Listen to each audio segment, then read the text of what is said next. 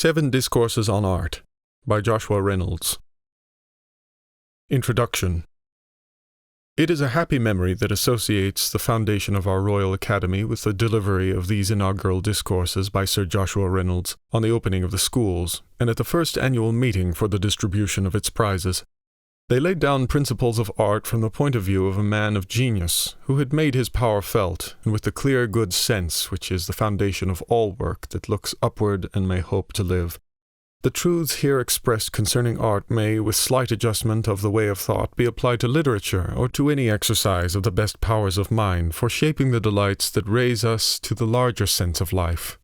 In his separation of the utterance of whole truths from insistence upon accidents of detail, Reynolds was right because he guarded the expression of his view with careful definitions of its limits. In the same way, Beaulieu was right as a critic of literature in demanding everywhere good sense, in condemning the paced brilliance of a style then in decay, and fixing attention upon the masterly simplicity of Roman poets in the time of Augustus. Critics, by rule of thumb, reduced the principles clearly defined by Beaulieu to a dull convention, against which there came in course of time a strong reaction. In like manner, the teaching of Reynolds was applied by dull men to much vague and conventional generalization in the name of dignity. Nevertheless, Reynolds taught essential truths of art. The principles laid down by him will never fail to give strength to the right artist, or true guidance towards the appreciation of good art. Though here and there we may not wholly assent to some passing application of them, where the difference may be great between a fashion of thought in his time and in ours. A righteous enforcement of exact truth in our day has led many into a readiness to appreciate more really the minute imitation of a satin dress or a red herring than the noblest figure in the best of Raphael's cartoons. Much good should come of the diffusion of this wise little book. Joshua Reynolds was born on the 15th of July, 1723, the son of a clergyman and schoolmaster at Plympton in Devonshire. His bent for art was clear and strong from his childhood. In 1741, at the age of 19, he began study and studied for 2 years in London under Thomas Hudson, a successful portrait painter. Then he went back to Devonshire and painted portraits, aided for some time in his education by attention to the work of William Gandy of Exeter. When 26 years old, in May 1749, Reynolds was taken away by Captain Keppel to the Mediterranean and brought into contact with the works of the great painters of Italy. He stayed 2 years in Rome, and in accordance with the principles afterward laid down in these lectures, he refused, when in Rome, commissions for copying, and gave his mind to minute observation of the art of the great masters, by whose works he was surrounded. He spent 2 months in Florence, 6 weeks in Venice, and a few days in Bologna and Parma. If, he said, I had never seen any of the fine works of Correggio, I should never, perhaps, have remarked in nature the expression which I find in one of his pieces, or if I had remarked it, I might have thought it too difficult or perhaps impossible to execute. In 1753, Reynolds came back to England and stayed 3 months in Devonshire before setting up a studio in London, in St. Martin's Lane, which was then an artist's quarter. His success was rapid. In 1755, he had 125 sitters. Samuel Johnson found in him the most congenial friend. He moved to Newport Street, and he built himself a studio, where there is now an auction room, at 47 Lincoln's Inn Fields. There he remained for life. In 1760, the artists opened, in a room lent by the Society of Arts, a free exhibition for the sale of their works. This was continued the next year at Spring Gardens, with a charge of a shilling for admission. In 1765, they obtained a charter of incorporation, and in 1768 the king gave his support to the foundation of a Royal Academy of Arts by seceders from the preceding Incorporated Society of Artists, into which personal feelings had brought much division. It was to consist, like the French Academy, of 40 members, and was to maintain schools open to all students of good character who could give evidence that they had fully learnt the rudiments of art. The foundation by the king dates from the 10th of December, 1768. The schools were opened on the 2nd of January next following, and on that occasion Joshua Reynolds, who had been elected president, his age was then between 45 and 46, gave the inaugural address, which formed the first of these 7 discourses. The other 6 were given by him as president at the next 6 annual meetings, and they were all shaped to form, when collected into a volume, a coherent body of good counsel upon the foundations of the painter's art. H.M. To the King. The regular process of cultivated life is from necessaries to accommodations, from accommodations to ornaments. By your illustrious predecessors were established marts for manufactures, and colleges for science, but for the arts of elegance, those arts by which manufactures are embellished and science is refined, to found an academy was reserved for your majesty. Had such patronage been without effect, there had been reason to believe that nature had, by some insurmountable impediment, obstructed our proficiency. But the annual improvement of the exhibitions which your majesty has been pleased to encourage shows that only encouragement had been wanting. To give advice for those who are contending for royal liberality has been for some years the duty of my station in the academy, and these discourses hope for your majesty's acceptance as well-intended endeavours to incite that emulation which your notice has kindled, and direct those studies which your bounty has rewarded. May it please your majesty's most dutiful servant and most faithful subject, Joshua Reynolds. To the members of the Royal Academy, Gentlemen, that you have ordered the publication of this discourse is not only very flattering to me, as it implies your approbation of the method of study which I have recommended, but likewise, as this method receives from that act such an additional weight and authority as demands from the students that deference and respect which can be due only to the united sense of so considerable a body of artists, I am, with the greatest esteem and respect, gentlemen, your most humble and obedient servant, Joshua Reynolds. A Discourse, delivered at the opening of the Royal Academy, January 2nd, 1769, by the President. Gentlemen, an academy in which the polite arts may be regularly cultivated is at last opened among us by royal munificence. This must appear an event in the highest degree interesting not only to the artists, but to the whole nation. It is indeed difficult to give any other reason why an empire like that of Britain should so long have wanted an ornament so suitable to its greatness, than that slow progression of things which naturally makes elegance and refinement the last effect of opulence and power. An institution like this has often been recommended upon considerations merely mercantile, but an academy founded upon such principles can never affect even its own narrow purposes. If it has an origin no higher, no taste can ever be formed in it which can be useful even in manufactures, but if the higher arts of design flourish, these inferior ends will be answered of course. We are happy in having a prince who has conceived the design of such an institution according to its true dignity, and promotes the arts as the head of a great, a learned, a polite, and a commercial nation. And I can now congratulate you, gentlemen, on the accomplishment of your long and ardent wishes. The numberless and ineffectual consultations that I have had with many in this assembly to form plans and concert schemes for an academy afford a sufficient proof of the impossibility of succeeding but by the influence of majesty. But there have perhaps been times when even the influence of majesty would have been ineffectual, and it is pleasing to reflect that we are thus embodied, when every circumstance seems to concur from which honour and prosperity can probably arise.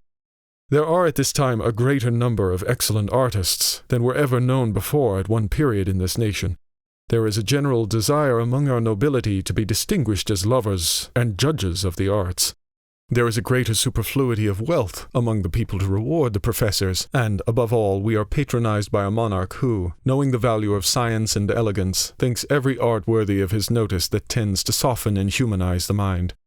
After so much has been done by His Majesty, it will be wholly our fault if our progress is not in some degree correspondent to the wisdom and generosity of the institution.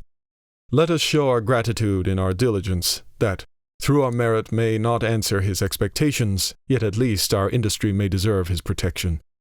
But whatever may be our proportion of success, of this we may be sure, that the present institution will at least contribute to advance our knowledge of the arts and bring us nearer to that ideal excellence which it is the lot of genius always to contemplate and never to attain.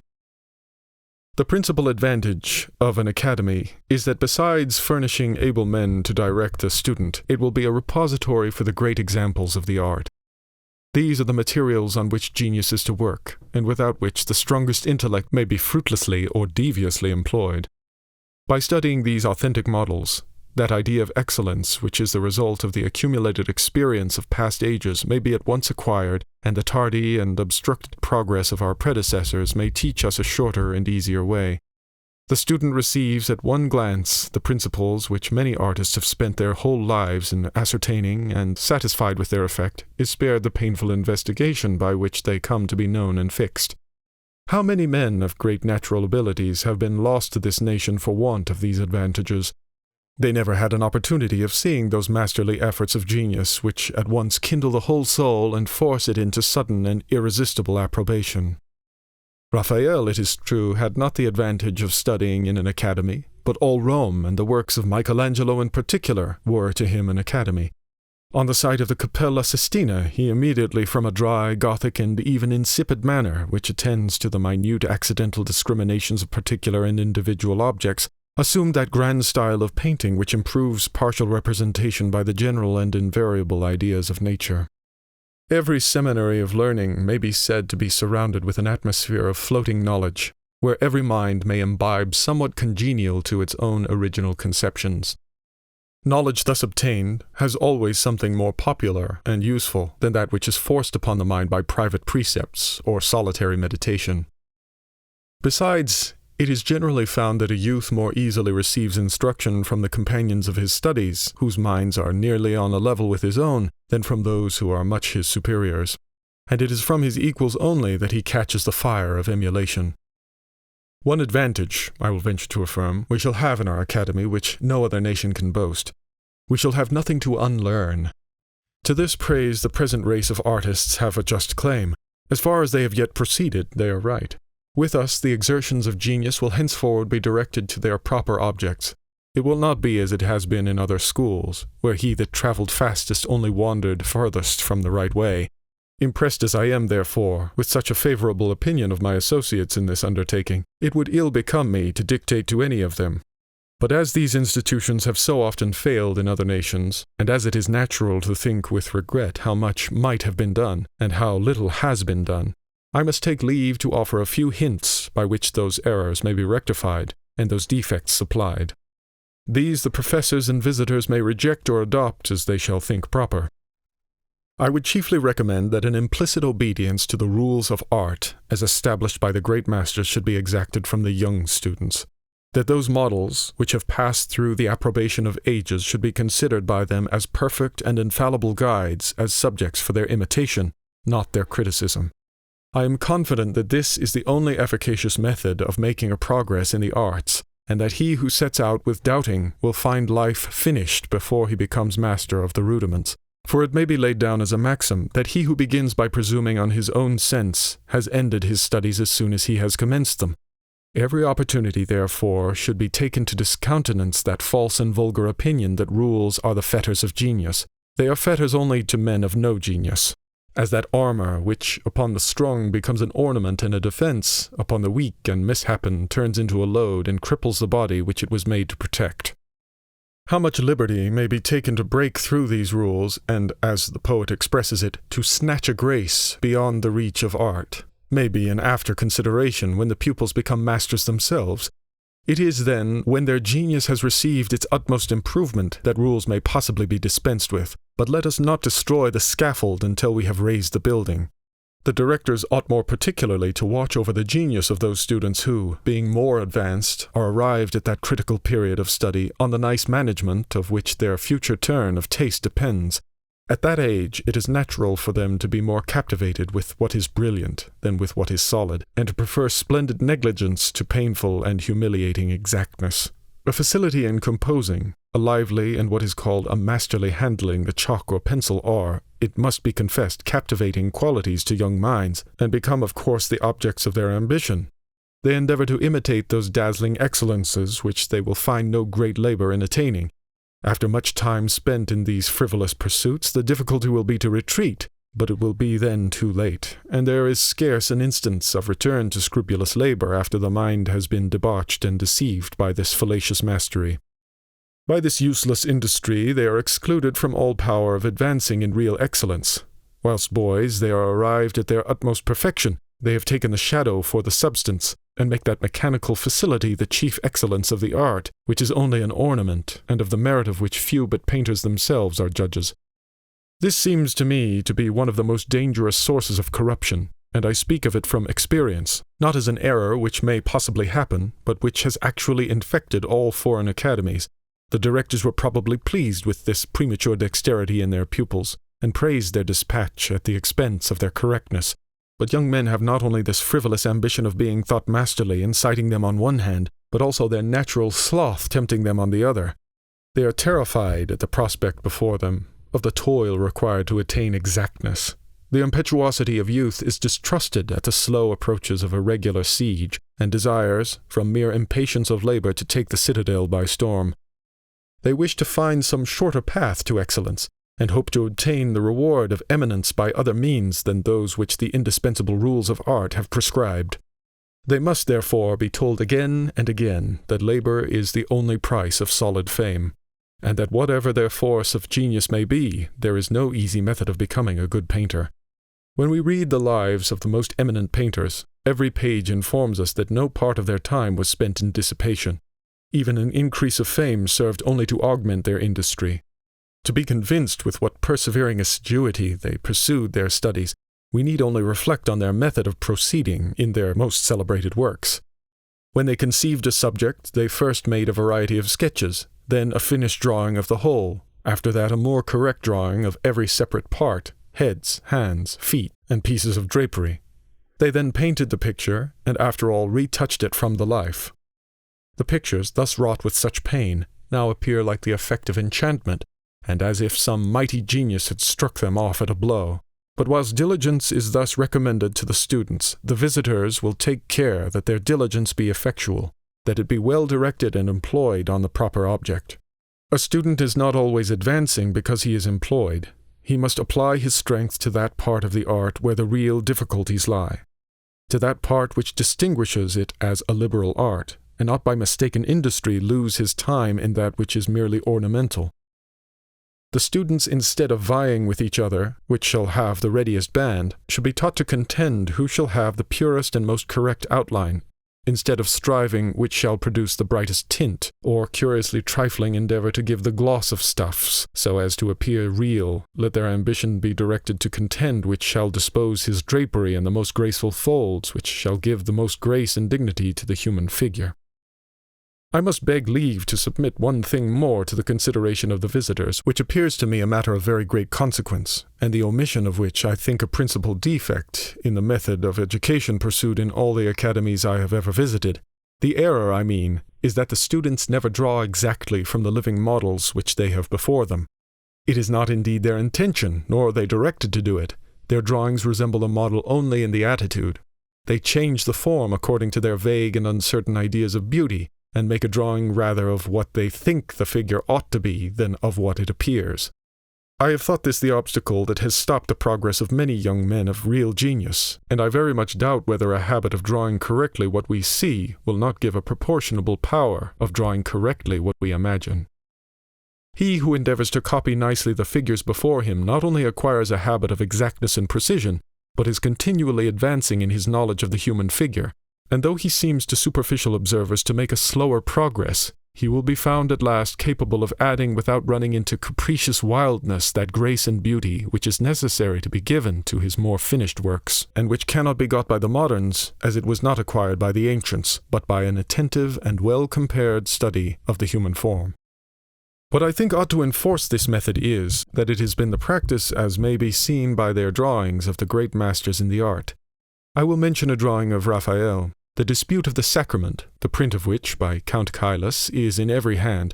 It appears that he made his sketch from one model, and the habit he had of drawing exactly from the form before him appears by his making all the figures with the same cap, such as his model then happened to wear. So servile a copyist was this great man, even when he was allowed to be at his highest pitch of excellence.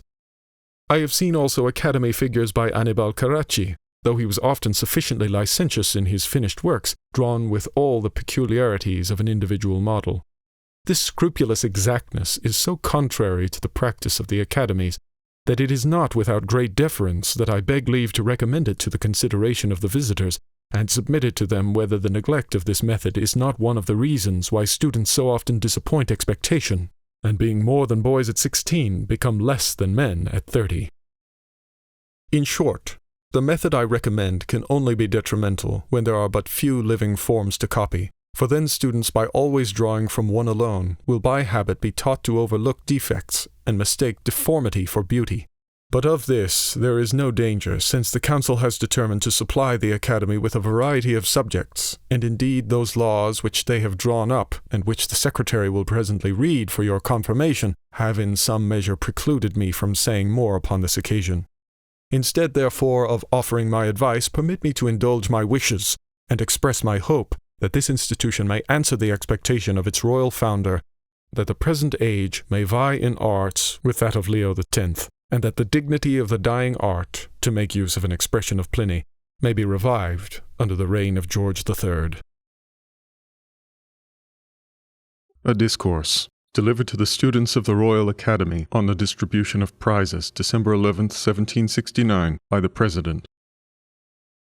Gentlemen, I congratulate you on the honor which you have just received. I have the highest opinion of your merits, and could wish to show my sense of them in something which possibly may be more useful to you than barren praise. I could wish to lead you into such a course of study as may render your future progress answerable to your past improvement, and whilst I applaud you for what has been done, remind you of how much yet remains to attain perfection. I flatter myself that from the long experience I have had, and the unceasing assiduity with which I have pursued those studies in which, like you, I have been engaged, I shall be acquitted of vanity in offering some hints to your consideration. They are indeed in a great degree founded upon my own mistakes in the same pursuit. But the history of errors properly managed often shortens the road to truth, and although no method of study that I can offer will, of itself, conduct to excellence, yet it may preserve industry from being misapplied. In speaking to you of the theory of the art, I shall only consider it as it has a relation to the method of your studies. Dividing the study of painting into 3 distinct periods, I shall address you as having passed through the first of them, which is confined to the rudiments, including a facility of drawing any object that presents itself, a tolerable readiness in the management of colors, and an acquaintance with the most simple and obvious rules of composition. This first degree of proficiency is, in painting, what grammar is in literature, a general preparation to whatever species of the art the student may afterwards choose for his more particular application. The power of drawing, modeling, and using colors is very properly called the language of the art, and in this language the honors you have just received prove you to have made no inconsiderable progress. When the artist is once enabled to express himself with some degree of correctness, he must then endeavor to collect subjects for expression, to amass a stock of ideas to be combined and varied as occasion may require. He is now in the second period of study, in which his business is to learn all that has hitherto been known and done. Having hitherto received instructions from a particular master, he is now to consider the art itself as his master. He must extend his capacity to more sublime and general instructions. Those perfections which lie scattered among various masters are now united in one general idea, which is henceforth to regulate his taste and enlarge his imagination. With a variety of models thus before him, he will avoid that narrowness and poverty of conception which attends a bigoted admiration of a single master, and will cease to follow any favorite where he ceases to excel. This period is, however, still a time of subjection and discipline. Though the student will not resign himself blindly to any single authority when he may have the advantage of consulting many, he must still be afraid of trusting his own judgment, and of deviating into any track where he cannot find the footsteps of some former master. The third and last period emancipates the student from subjection to any authority, but what he shall himself judge to be supported by reason. Confiding now in his own judgment, he will consider and separate those different principles to which different modes of beauty owe their original. In the former period, he sought only to know and combine excellence, wherever it was to be found, into one idea of perfection. In this he learns what requires the most attentive survey and the subtle disquisition to discriminate perfections that are incomprehensible with each other. He is from this time to regard himself as holding the same rank with those masters whom he before obeyed as teachers, and as exercising a sort of sovereignty over those rules which have hitherto restrained him. Comparing now no longer the performances of art with each other, but examining the art itself by the standard of nature, he corrects what is erroneous, supplies what is scanty, and adds by his own observation what the industry of his predecessors may have left wanting to perfection. Having well established his judgment and stored his memory, he may now without fear try the power of his imagination. The mind that has been thus disciplined may be indulged in the warmest enthusiasm, and venture to play on the borders of the wildest extravagance. The habitual dignity, which long converse with the greatest minds has imparted to him, will display itself in all his attempts, and he will stand among his instructors not as an imitator, but a rival. These are the different stages of art. But as I now address myself particularly to those students who have been this day rewarded for their happy passage through the first period, I can with no propriety suppose they want any help in the initiatory studies. My present design is to direct your view to distant excellence, and to show you the readiest path that leads to it. Of this I shall speak with such latitude as may leave the province of the professor uninvaded, and shall not anticipate those precepts which it is his business to give, and your duty to understand. It is indisputably evident that a great part of every man's life must be employed in collecting materials for the exercise of genius. Invention, strictly speaking, is little more than a new combination of those images which have been previously gathered and deposited in the memory. Nothing can come of nothing. He who has laid up no materials can produce no combinations. A student unacquainted with the attempts of former adventurers is always apt to overrate his own abilities, to mistake the most trifling excursions for discoveries of moment, and every coast new to him for a new-found country. If by chance he passes beyond his usual limits, he congratulates his own arrival at those regions which they who have steered a better course have long left behind them. The productions of such minds are seldom distinguished by an air of originality. They are anticipated in their happiest efforts, and if they are found to differ in anything from their predecessors, it is only in irregular sallies and trifling conceits. The more extensive, therefore, your acquaintance is with the works of those who have excelled, the more extensive will be your powers of invention, and what may appear still more like a paradox, the more original will be your conceptions. But the difficulty on this occasion is to determine who ought to be proposed as models of excellence, and who ought to be considered as the properest guides. To a young man just arrived in Italy, many of the present painters of that country are ready enough to obtrude their precepts, and to offer their own performances as examples of that perfection which they affect to recommend. The modern, however, who recommends himself as a standard, may justly be suspected as ignorant of the true end, and unacquainted with the proper object of the art which he professes. To follow such a guide will not only retard the student, but mislead him. On whom then can he rely, or who shall show him the path that leads to excellence? The answer is obvious. Those great masters who have traveled the same road with success are the most likely to conduct others. The works of those who have stood the test of ages have a claim to that respect and veneration to which no modern can pretend. The duration and stability of their fame is sufficient to evince that it has not been suspended upon the slender thread of fashion and caprice, but bound to the human heart by every tie of sympathetic approbation. There is no danger of studying too much the works of those great men, but how they may be studied to advantage is an inquiry of great importance. Some who have never raised their minds to the consideration of the real dignity of the art, and who rate the works of an artist in proportion as they excel or are defective in the mechanical parts, look on theory as something that may enable them to talk but not to paint better, and confining themselves entirely to mechanical practice, very assiduously toil on in the drudgery of copying, and think they make rapid progress while they faithfully exhibit the minutest part of a favorite picture. This appears to me a very tedious, and I think a very erroneous method of proceeding. Of every large composition, even of those which are most admired, a great part may be truly said to be commonplace. This, though it takes up much time in copying, conduces little to improvement. I consider general copying as a delusive kind of industry. The student satisfies himself with the appearance of doing something. He falls into the dangerous habit of imitating without selecting, and of laboring without any determinate object. As it requires no effort of the mind, he sleeps over his work, and those powers of invention and composition, which ought particularly to be called out and put in action, lie torpid, and lose their energy for want of exercise. It is an observation that all must have made, how incapable those are of producing anything of their own who have spent much of their time in making finished copies. To suppose that the complication of powers and variety of ideas necessary to that mind which aspires to the first honors ill the art of painting, can be obtained by the frigid contemplation of a few single models, is no less absurd than it would be in him who wishes to be a poet to imagine that by translating a tragedy he can acquire to himself sufficient knowledge of the appearances of nature, the operations of the passion, and the incidents of life. The great use in copying, if it be at all useful, should seem to be in learning to color, yet even coloring will never be perfectly attained by servilely copying the mold before you. An eye critically nice can only be formed by observing well-colored pictures with attention, and by close inspection and minute examination you will discover at last the manner of handling, the artifices of contrast, glazing, and other expedients by which good colorists have raised the value of their tints, and by which nature has been so happily imitated. I must inform you, however, that old pictures deservedly celebrated for their coloring are often so changed by dirt and varnish that we ought not to wonder if they do not appear equal to their reputation in the eyes of unexperienced painters or young students. An artist whose judgment is matured by long observation considers rather what the picture once was than what it is at present. He has acquired a power by habit of seeing the brilliancy of tints through the cloud by which it is obscured.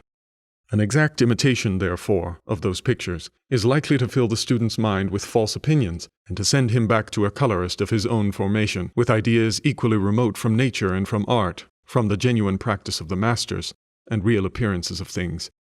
Following these rules and using these precautions when you have clearly and distinctly learned in what good coloring consists, you cannot do better than have recourse to nature herself, who is always at hand, and in composition of whose true splendor the best-colored pictures are but faint and feeble. However, as the practice of copying is not entirely to be excluded, since the mechanical practice of painting is learned in some measure by it, let those choice parts only be selected which have recommended the work to notice. If its excellence consists in its general effect, it would be proper to make slight sketches of the machinery and general management of the picture. Those sketches should be kept always by you for the regulation of your style. Instead of copying the touches of those great masters, copy only their conceptions. Instead of treading in their footsteps, endeavor only to keep the same road. Labor to invent on their general principles and way of thinking. Possess yourself with their spirit. Consider with yourself how a Michelangelo or a Raphael would have treated this subject, and work yourself into a belief that your picture is to be seen and criticized by them when completed.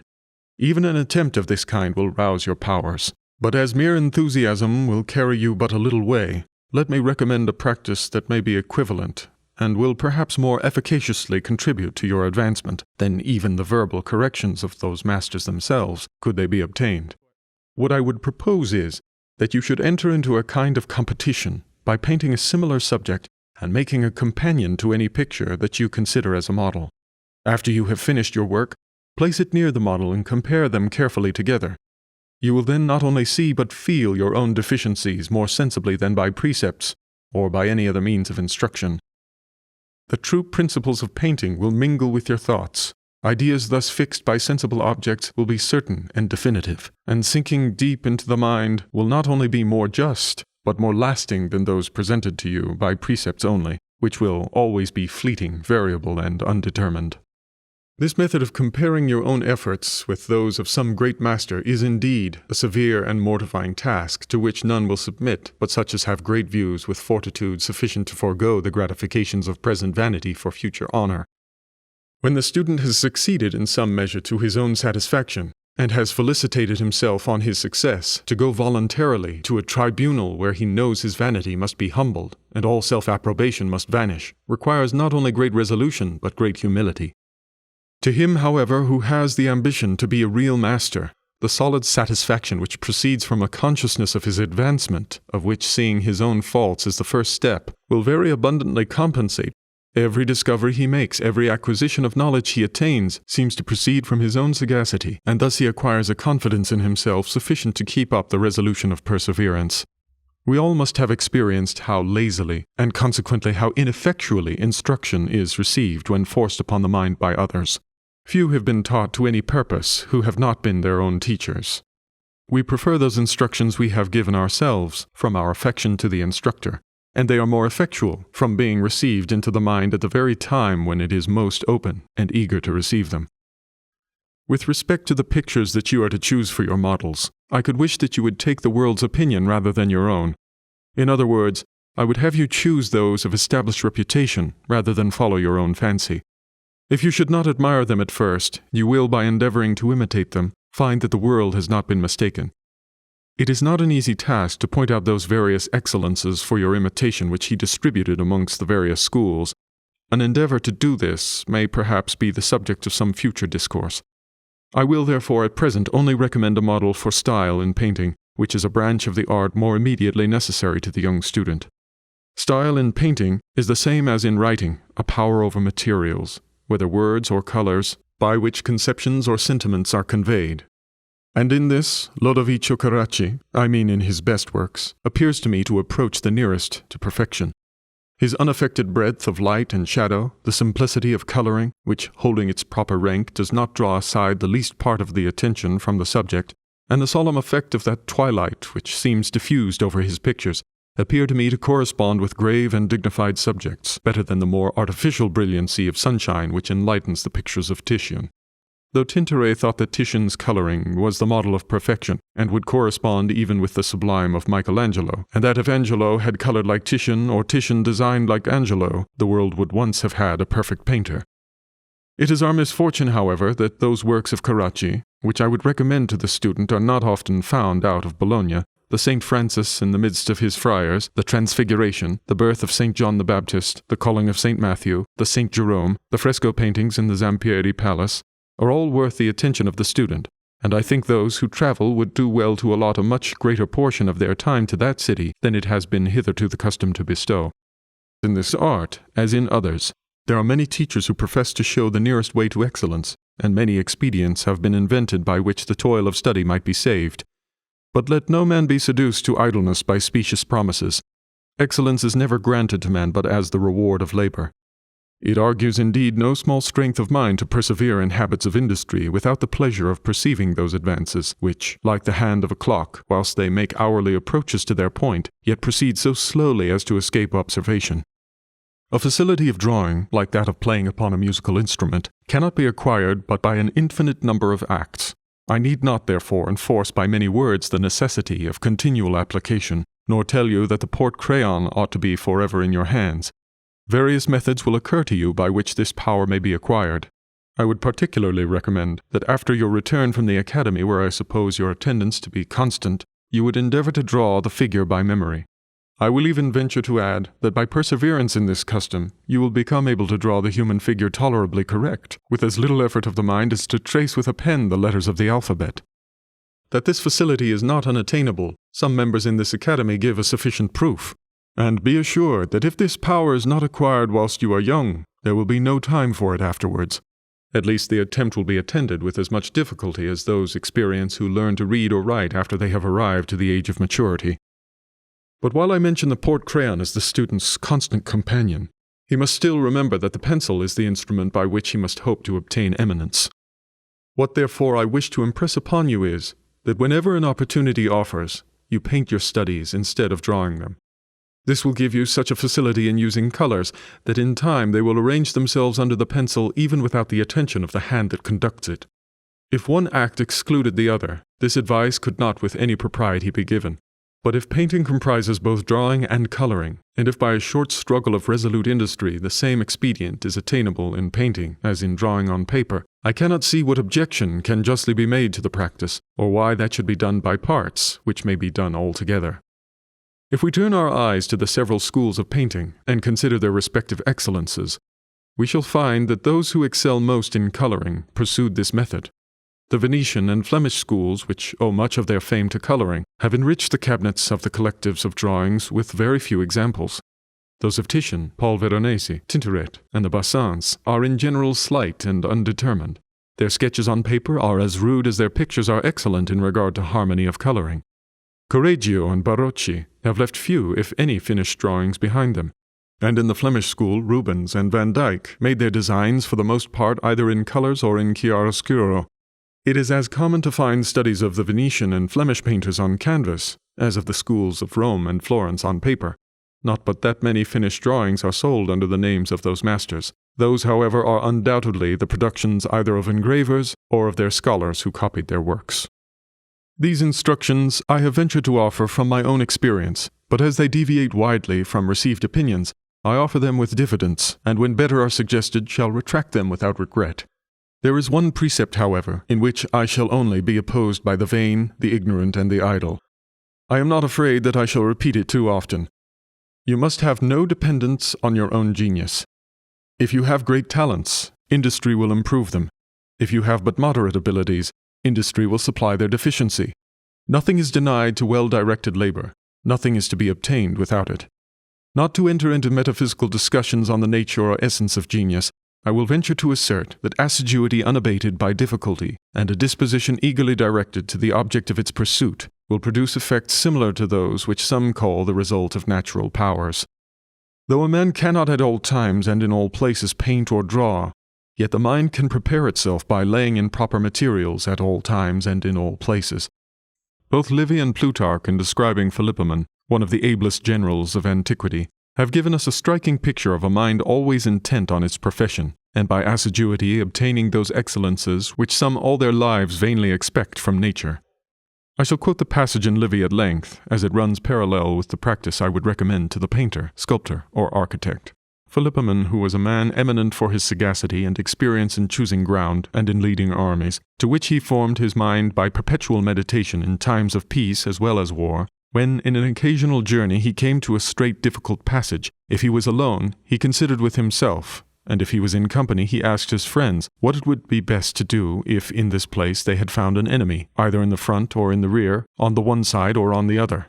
It might happen, says he, that the enemy to be opposed might come on drawn up in regular lines, or in a tumultuous body, formed only by the nature of the place. He then considered a little what ground he should take, what number of soldiers he should use, and what arms he should give them, where he should lodge his carriages, his baggage, and the defenceless followers of his camp, how many guards and of what kind he should send to defend them, and whether it would be better to press forward along the pass, or recover by retreat his former station. He would consider likewise where his camp could most commodiously be formed, how much ground he should enclose within his trenches, where he should have the convenience of water, and where he might find plenty of wood and forage, and when he should break up his camp on the following day, through what road he could most safely pass, and in what form he should dispose his troops. With such thoughts and disquisitions, he had from his early years so exercised his mind that on these occasions nothing could happen which he had not been already accustomed to consider. I cannot help imagining that I see a promising young painter equally vigilant, whether at home or abroad in the streets, or in the fields. Every object that presents itself is to him a lesson. He regards all nature with a view to his profession, and combines her beauties or corrects her defects. He examines the countenance of men under the influence of passion, and often catches the most pleasing hints from subjects of turbulence or deformity. Even bad pictures themselves supply him with useful documents, and as Leonardo da Vinci has observed, he improves upon the fanciful images that are sometimes seen in the fire, or are accidentally sketched upon a discolored wall.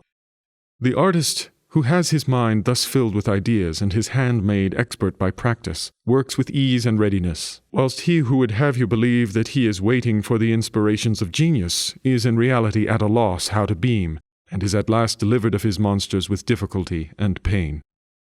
The well-grounded painter, on the contrary, has only maturely to consider his subject, and all the mechanical parts of his art follow, without his exertion. Conscious of the difficulty of obtaining what he possesses, he makes no pretensions to secrets, except those of closer application. Without conceiving the smallest jealousy against others, he is contented that all shall be as great as himself who are willing to undergo the same fatigue, and as his preeminence depends not upon a trick, he is free from the painful suspicions of a juggler who lives in perpetual fear lest his trick should be discovered. A Discourse, delivered to the students of the Royal Academy on the distribution of the prizes, December 14th, 1770, by the President. Gentlemen, it is not easy to speak with propriety to so many students of different ages and different degrees of advancement. The mind requires nourishment adapted to its growth, and what may have promoted our earlier efforts might retard us in our nearer approaches to perfection. The first endeavors of a young painter, as I have remarked in a former discourse, must be employed in the attainment of mechanical dexterity and confined to the mere imitation of the object before him.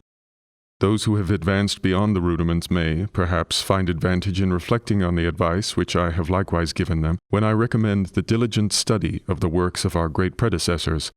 But I at the same time endeavored to guard them against an implicit submission to the authority of any one master, however excellent, or by a strict imitation of his manner to preclude ourselves from the abundance and variety of nature. I will now add that nature herself is not to be too closely copied. There are excellences in the art of painting beyond what is commonly called the imitation of nature, and these excellences I wish to point out. The students who, having passed through the initiatory exercises, are more advanced in the art, and who, sure of their hand, have leisure to exert their understanding, must now be told that a mere copier of nature can never produce anything great, can never raise and enlarge the conceptions or warm the heart of the spectator. The wish of the genuine painter must be more extensive. Instead of endeavoring to amuse mankind with the minute neatness of his imitations, he must endeavor to improve them by the grandeur of his ideas. Instead of seeking praise by deceiving the superficial sense of the spectator, he must strive for fame by captivating the imagination. The principle now laid down, that the perfection of this art does not consist in mere imitation, is far from being new or singular. It is indeed supported by the general opinion of the enlightened part of mankind. The poets, orators, and rhetoricians of antiquity are continually enforcing this position, that all the arts receive their perfection from an ideal beauty superior to what is to be found in individual nature. They are ever referring to the practice of the painters and the sculptors of their times, particularly Phidias, the favorite artist of antiquity, to illustrate their assertions. As if they could not sufficiently express their admiration of his genius by what they knew, they have recourse to poetical enthusiasm. They call it inspiration, a gift from heaven. The artist is supposed to have ascended the celestial regions, to furnish his mind with this perfect idea of beauty. He, says Proclus, who takes for his model such forms as nature produces and confines himself to an exact imitation of them, will never attain to what is perfectly beautiful. For the works of nature are full of disproportion, and fall very short of the true standard of beauty. So that Phidias, when he formed his Jupiter, did not copy any object ever present to his sight, but contemplated only that image which he had conceived in his mind from Homer's description. And thus Cicero, speaking of the same Phidias, "Neither did this artist," says he, "when he carved the image of Jupiter or Minerva, set before him any one human figure as a pattern, which he was to copy, but having a more perfect idea of beauty fixed in his mind, this he steadily contemplated, and to the imitation of this all his skill and labor were directed." The moderns are not less convinced than the ancients of this superior power existing in the art, nor less conscious of its effects. Every language has adopted terms expressive of this excellence. The gusto grande of the Italians, the beau ideal of the French, and the great style, genius, and taste among the English are but different appellations of the same thing. It is this intellectual dignity, they say, that ennobles the painter's art, that lays the line between him and the mere mechanic, and produces those great effects in an instant which eloquence and poetry, by slow and repeated efforts, are scarcely able to attain. Such is the warmth with which both the ancients and moderns speak of this divine principle of the art. But as I have formerly observed, enthusiastic admiration seldom promotes knowledge, though a student by such praise may have his attention roused, and a desire excited, of running in this great career, yet it is possible that what has been said to excite may only serve to deter him. He examines his own mind, and perceives there nothing of that divine inspiration with which he is told so many others have been favored. He never traveled to heaven to gather new ideas, and he finds himself possessed of no other qualifications than what mere common observation and a plain understanding can confer. Thus he becomes gloomy amidst the splendor of figurative declamation, and thinks it hopeless to pursue an object which he supposes out of the reach of human industry. But on this, as upon many other occasions, we ought to distinguish how much is to be given to enthusiasm and how much to reason. We ought to allow for, and we ought to commend, that strength of vivid expression which is necessary to convey in its full force the highest sense of the most complete effect of art, taking care at the same time not to lose, in terms of vague admiration, that solidity and truth of principle upon which alone we can reason and may be enabled to practice. It is not easy to define in what this great style consists, nor to describe by words the proper means of acquiring it, if the mind of the student should be at all capable of such an acquisition.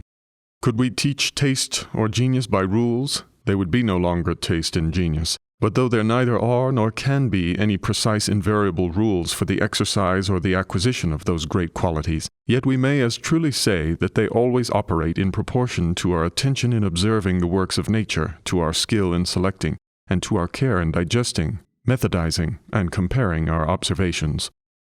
There are many beauties in our art that seem at first to lie without the reach of precept, and yet may easily be reduced to practical principles.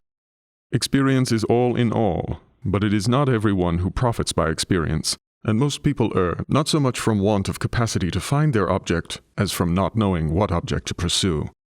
This great ideal perfection and beauty are not to be sought in the heavens, but upon the earth.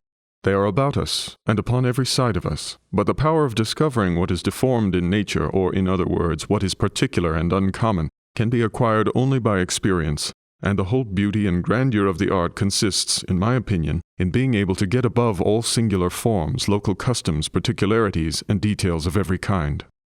All the objects which are exhibited to our view by nature, upon close examination, will be found to have their blemishes and defects. The most beautiful forms have something about them like weakness, minuteness, or imperfection, but it is not every eye that perceives these blemishes. It must be an eye long used to the contemplation and comparison of these forms, and which, by a long habit of observing what any set of objects of the same kind have in common, that alone can acquire the power of discerning what each wants in particular. This long, laborious composition should be the first study of the painter who aims at the greatest style. By this means he acquires a just idea of beautiful forms. He corrects nature by herself, her imperfect state by her more perfect. His eye being enabled to distinguish the accidental deficiencies, excrescences, and deformities of things from their general figures, he makes out an abstract idea of their forms more perfect than any one original. And what may seem a paradox, he learns to design naturally by drawing his figures unlike to any one object. This idea of the perfect state of nature, which the artist calls the ideal beauty, is the great leading principle by which works of genius are conducted. By this Phidias acquired his fame. He wrought upon a sober principle that has so much excited the enthusiasm of the world, and by this method you, who have courage to tread the same path, may acquire equal reputation. This is the idea which has acquired, and which seems to have a right to the epithet of divine, as it may be said to preside like a supreme judge over all the productions of nature, appearing to be possessed of the will and intention of the Creator as far as they regard the external form of living beings. When a man once possesses this idea in its perfection, there is no danger but that he will be sufficiently warmed by it himself, and be able to warm and ravish everyone else. Thus it is from a reiterated experience and a close comparison of the objects in nature that an artist becomes possessed of the idea of that central form, if I may so express it, from which every deviation is deformity. But the investigation of this form, I grant, is painful, and I know but of one method of shortening the road. This is by a careful study of the works of the ancient sculptors, who, being indefatigable in the school of nature, have left models of that perfect form behind them, which an artist would prefer as supremely beautiful, who had spent his whole life in that single contemplation. But if industry carried them thus far, may not you also hope for the same reward from the same labor? We have the same school open to us that was open to them, for nature denies her instructions to none who desire to become her pupils. To the principle I have laid down, that the idea of beauty in each species of beings is invariably one, it may be objected that in every particular species there are various central forms, which are separate and distinct from each other, and yet are undeniably beautiful. That in the human figure, for instance, the beauty of the Hercules is one, of the gladiator another, of the Apollo another, which makes so many different ideas of beauty. It is true indeed that these figures are each perfect in their kind, though of different characters and proportions, but still none of them is the representation of an individual but of a class. And as there is one general form, which, as I have said, belongs to the human kind at large, so in each of these classes there is one common idea and central form, which is the abstract of the various individual forms belonging to that class. Thus, though the forms of childhood and age differ exceedingly, there is a common form in childhood and a common form in age, which is the more perfect, as it is more remote from all peculiarities. But I must add further that though the most perfect forms of each of the general divisions of the human figure are ideal and superior to any individual form of that class, yet the highest perfection of the human figure is not to be found in any one of them. It is not in the Hercules, nor in the gladiator, nor in the Apollo, but in that form which has taken from them all, and which partakes equally of the activity of the gladiator, of the delicacy of the Apollo, and of the muscular strength of the Hercules. For perfect beauty in any species must combine all the characters which are beautiful in that species. It cannot consist in any one to the exclusion of the rest. No one, therefore, must be predominant, that no one may be deficient. The knowledge of these different characters, and the power of separating and distinguishing them, is undoubtedly necessary to the painter who is to vary his compositions with figures of various forms and proportions, though he is never to lose sight of the general idea of perfection in each kind. There is likewise a kind of symmetry or proportion, which may properly be said to belong to deformity. A figure lean or corpulent, tall or short, though deviating from beauty, may still have a certain union of the various parts, which may contribute to make them on the whole not unpleasing. When the artist has by diligent attention acquired a clear and distinct idea of beauty and symmetry, when he has reduced the variety of nature to the abstract idea, his next task will be to become acquainted with the genuine habits of nature, as distinguished from those of fashion. For in the same manner, and on the same principles as he has acquired the knowledge of the real forms of nature, distinct from accidental deformity, he must endeavor to separate simple chaste nature from those adventitious, those affected, and forced airs or actions with which she is loaded by modern education. Perhaps I cannot better explain what I mean than by reminding you of what was taught us by the professor of anatomy in respect to the natural position and movement of the feet. He observed that the fashion of turning them outwards was contrary to the intent of nature, as might be seen from the structure of the bones, and from that weakness that proceeded from that manner of standing. To this we may add the erect position of the head, the projection of the chest, the walking with straight knees, and many such actions, which are merely the result of fashion, and what nature never warranted, as we are sure that we have been taught them when children. I have mentioned but a few of those instances in which vanity or caprice have contrived to distort and disfigure the human form. Your own recollection will add to these 1,000 more of ill-understood methods that have been practiced to disguise nature among our dancing masters, hairdressers, and tailors in their various schools of deformity. However the mechanical and ornamental arts may sacrifice to fashion, she must be entirely excluded from the art of painting. The painter must never mistake this capricious changeling for the genuine offspring of nature. He must divest himself of all prejudices in favor of his age or country. He must disregard all local and temporary ornaments, and look only on those general habits that are everywhere and always the same. He addresses his works to the people of every country and every age. He calls upon posterity to be his spectators, and says with Zeuxis, in aeternitatem pingo.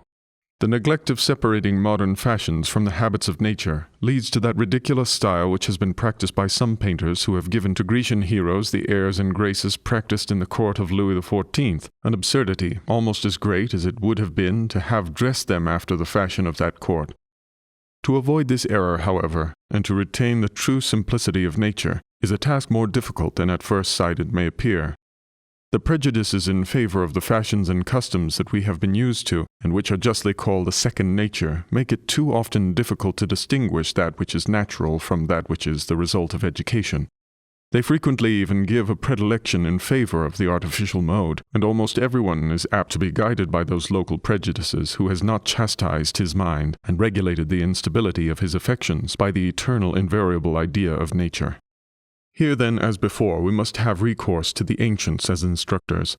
It is from a careful study of their works that you will be enabled to attain to the real simplicity of nature. They will suggest many observations which would probably escape you if your study were confined to nature alone. And indeed, I cannot help suspecting that, in this instance, the ancients had an easier task than the moderns. They had probably little or nothing to unlearn, as their manners were nearly approaching to this desirable simplicity. While the modern artist, before he can see the truth of things, is obliged to remove a veil with which the fashion of the times has thought proper to cover her. Having gone thus far in our investigation of the great style in painting, if we now suppose that the artist has formed the true idea of beauty which enables him to give his works a correct and perfect design, if we should suppose also that he has acquired a knowledge of the unadulterated habits of nature which gives him simplicity, the rest of his talk is, perhaps, less than is generally imagined. Beauty and simplicity have so great a share in the composition of a great style that he who has acquired them has little else to learn. It must not, indeed, be forgot that there is a nobleness of conception which goes beyond anything in the mere exhibition, even of perfect form. There is an art of animating and dignifying the figures with intellectual grandeur, of impressing the appearance of philosophic wisdom or heroic virtue. This can only be acquired by him that enlarges the sphere of his understanding by a variety of knowledge and warms his imagination with the best productions of ancient and modern poetry. A hand thus exercised and a mind thus instructed will bring the art to a higher degree of excellence than perhaps it has hitherto attained in this country. Such a student will disdain the humbler walks of painting, which, however profitable, can never assure him a permanent reputation. He will leave the meaner artists servilely to suppose that those are the best pictures which are most likely to deceive the spectator. He will permit the lower painter, like the florist or collector of shells, to exhibit the minute discriminations which distinguish one object of the same species from another, while he, like the philosopher, will consider nature in the abstract, and represent in every one of his figures the character of its species.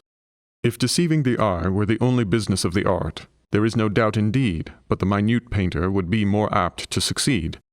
But it is not the eye, it is the mind, which the painter of genius desires to address.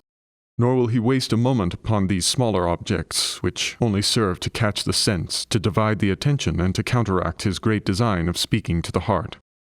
This is the ambition I would wish to excite in your minds, and the object I have had in my view throughout this discourse is that one great idea which gives to painting its true dignity, that entitles it to the name of a liberal art, and ranks it as a sister of poetry.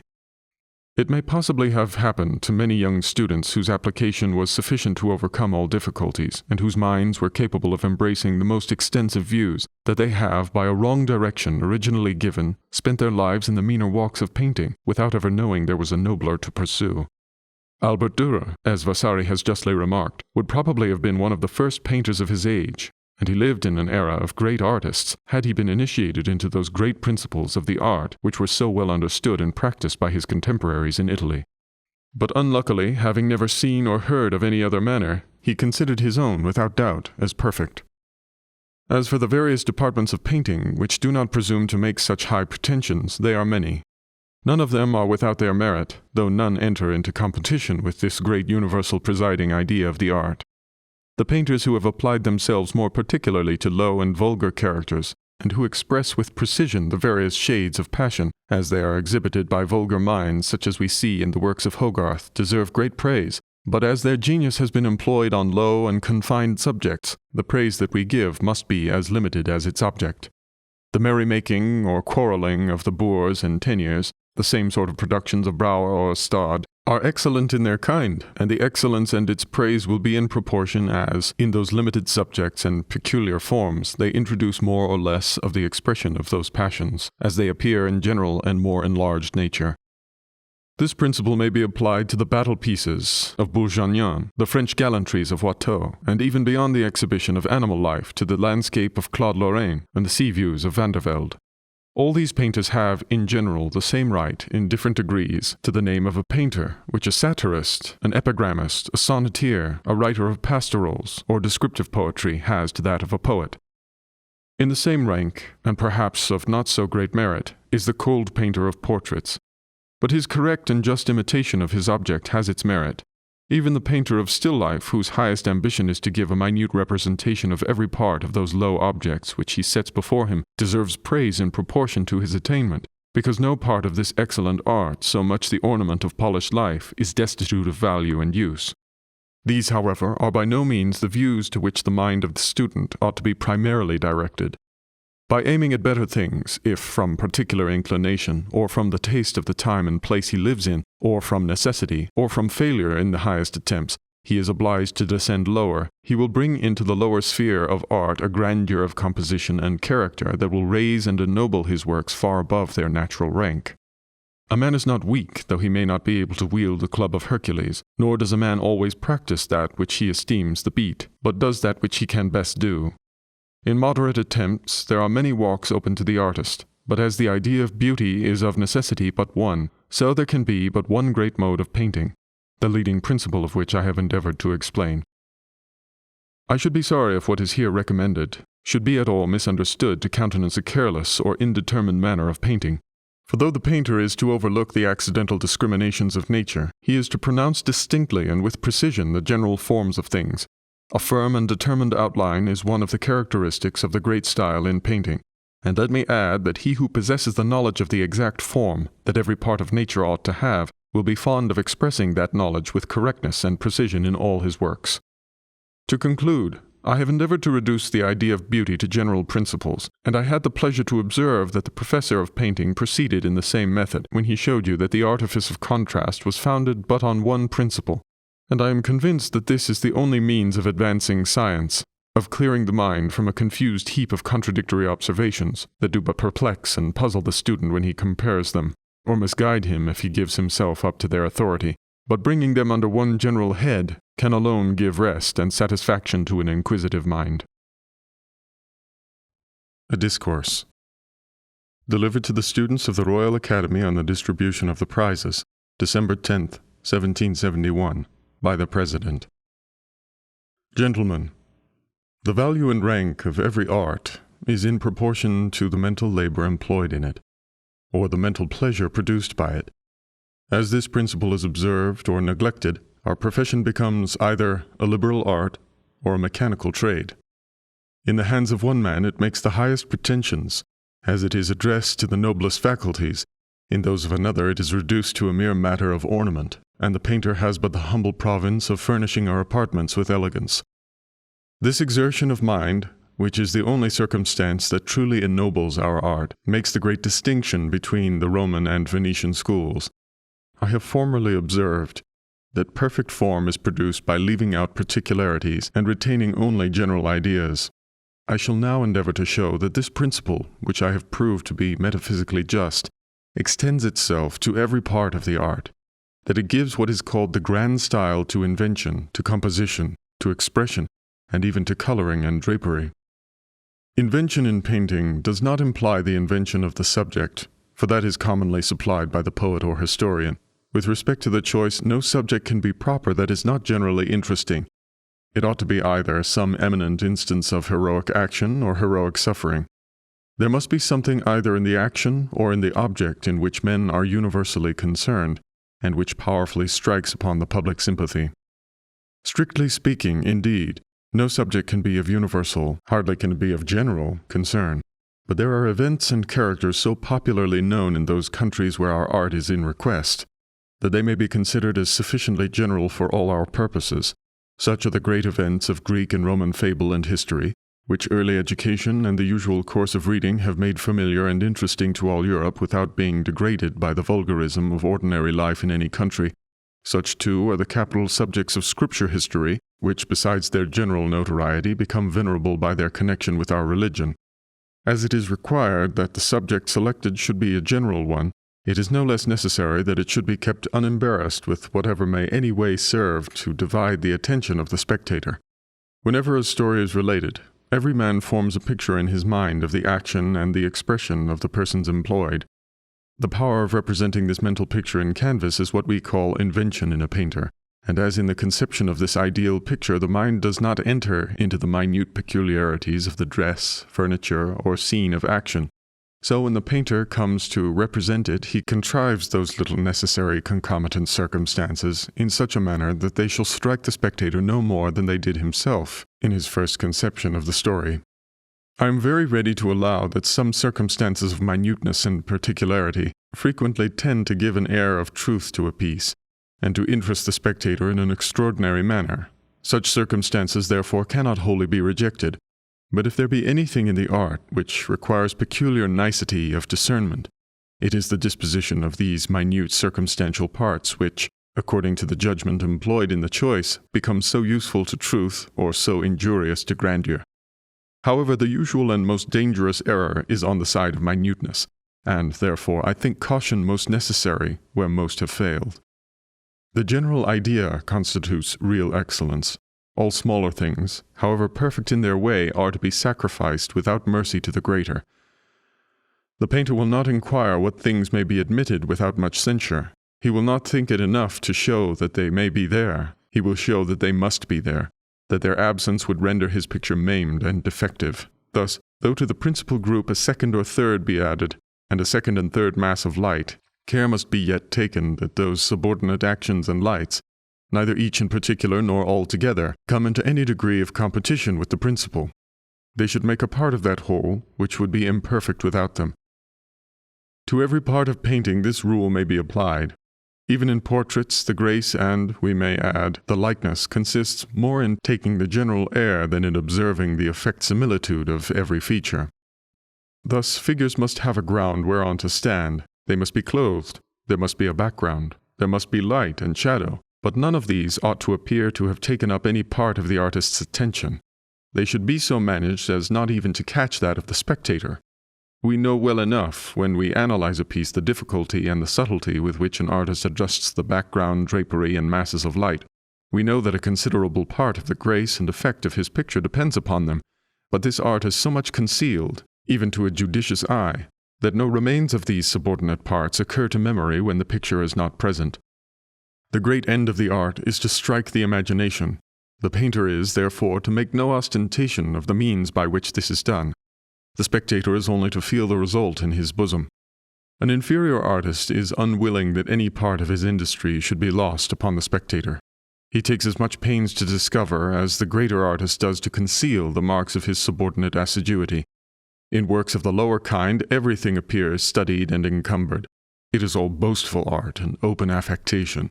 The ignorant often part with such pictures with wonder in their mouths and indifference in their hearts. But it is not enough in invention that the artist should restrain and keep under awe the inferior parts of his subject. He must sometimes deviate from vulgar and strict historical truth in pursuing the grandeur of his design.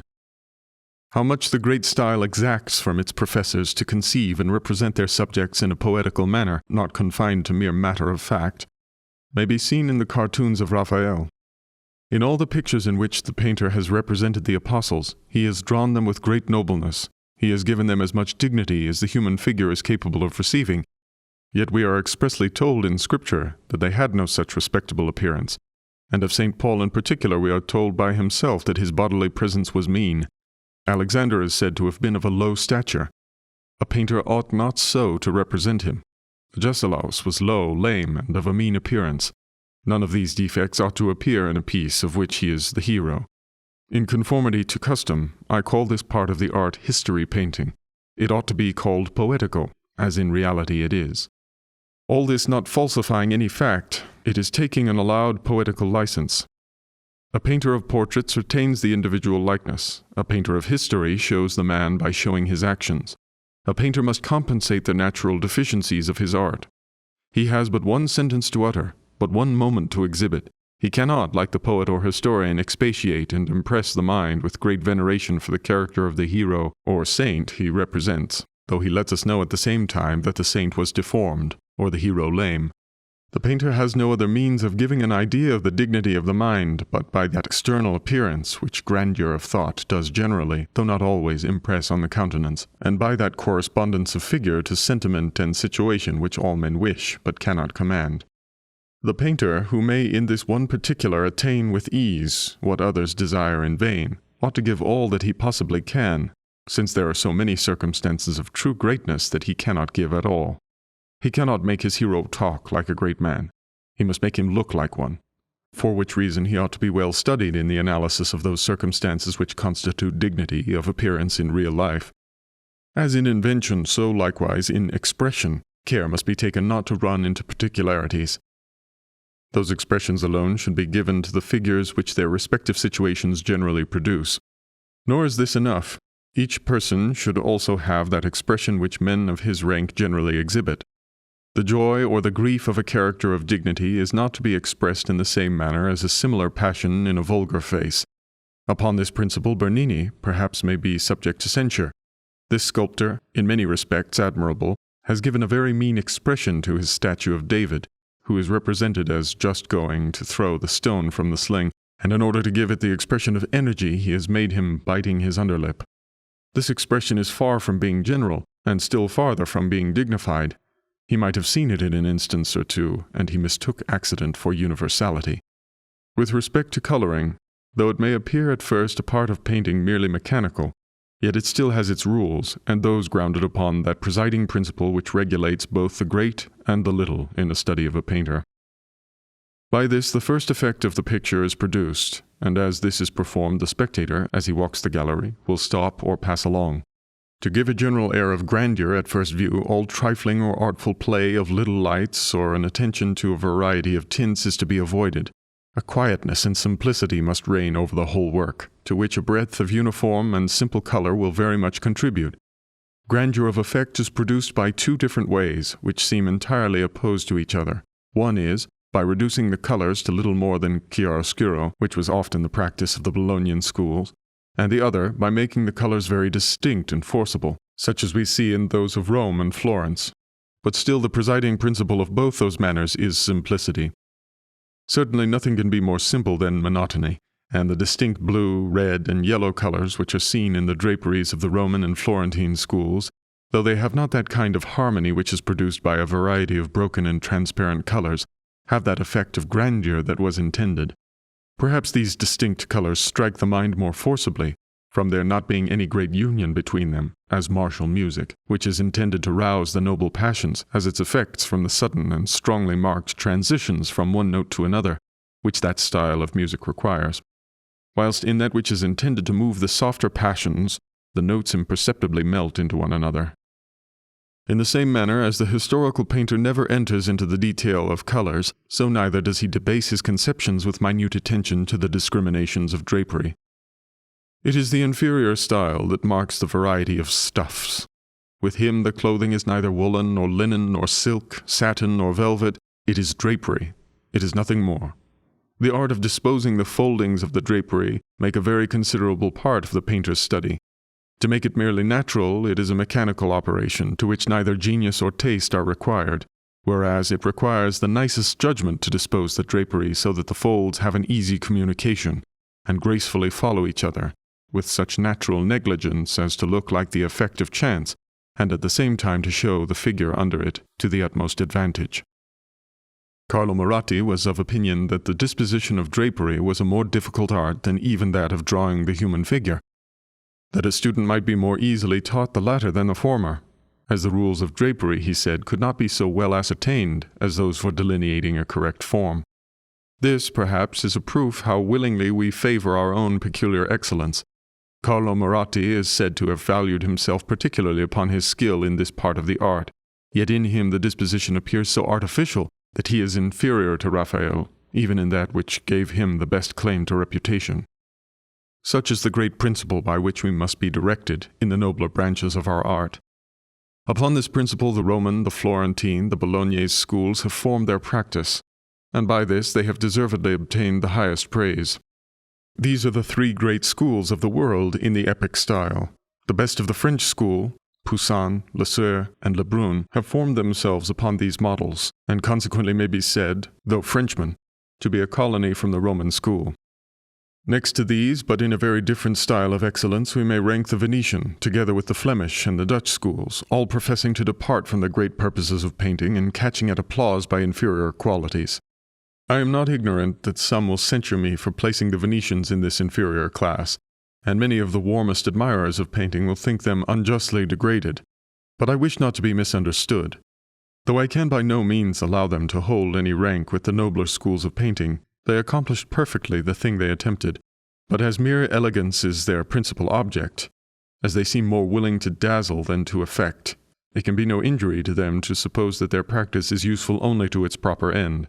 But what may heighten the elegant may degrade the sublime. There is a simplicity, and I may add, severity, in the great manner, which is, I am afraid, almost incompatible with this comparatively sensual style. Tintoret, Paul Veronese, and others of the Venetian schools seem to have painted with no other purpose than to be admired for their skill and expertness in the mechanism of painting, and to make a parade of that art which, as I before observed, the higher style requires its followers to conceal.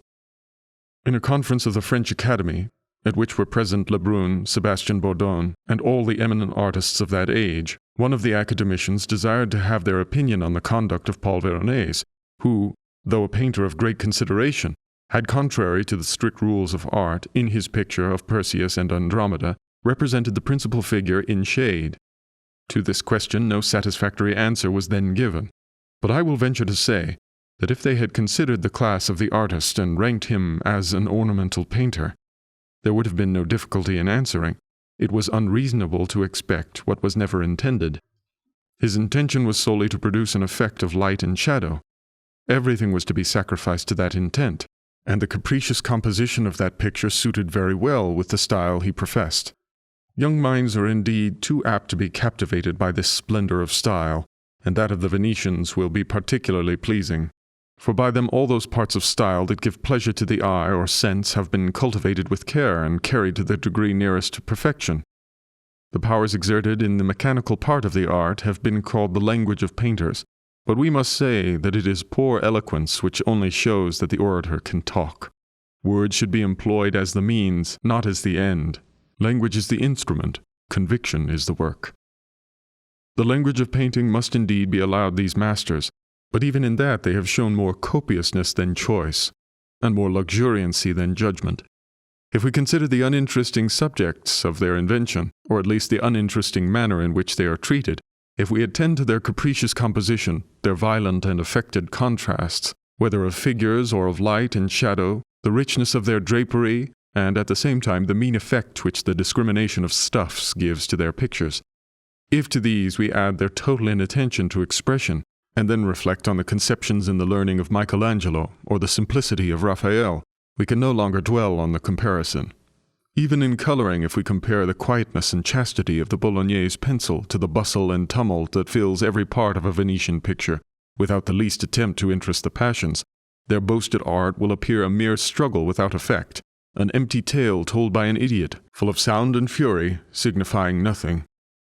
Such as suppose that the great style might happily be blended with the ornamental, that the simple, grave, and majestic dignity of Raphael could unite with the glow and bustle of Apollo or Tintoret, are totally mistaken.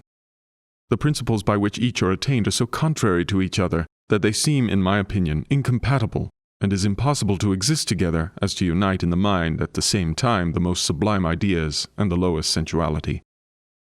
The subject of the Venetian painters are mostly such as give them an opportunity of introducing a great number of figures, such as feasts, marriages, and processions, public martyrdoms, or miracles.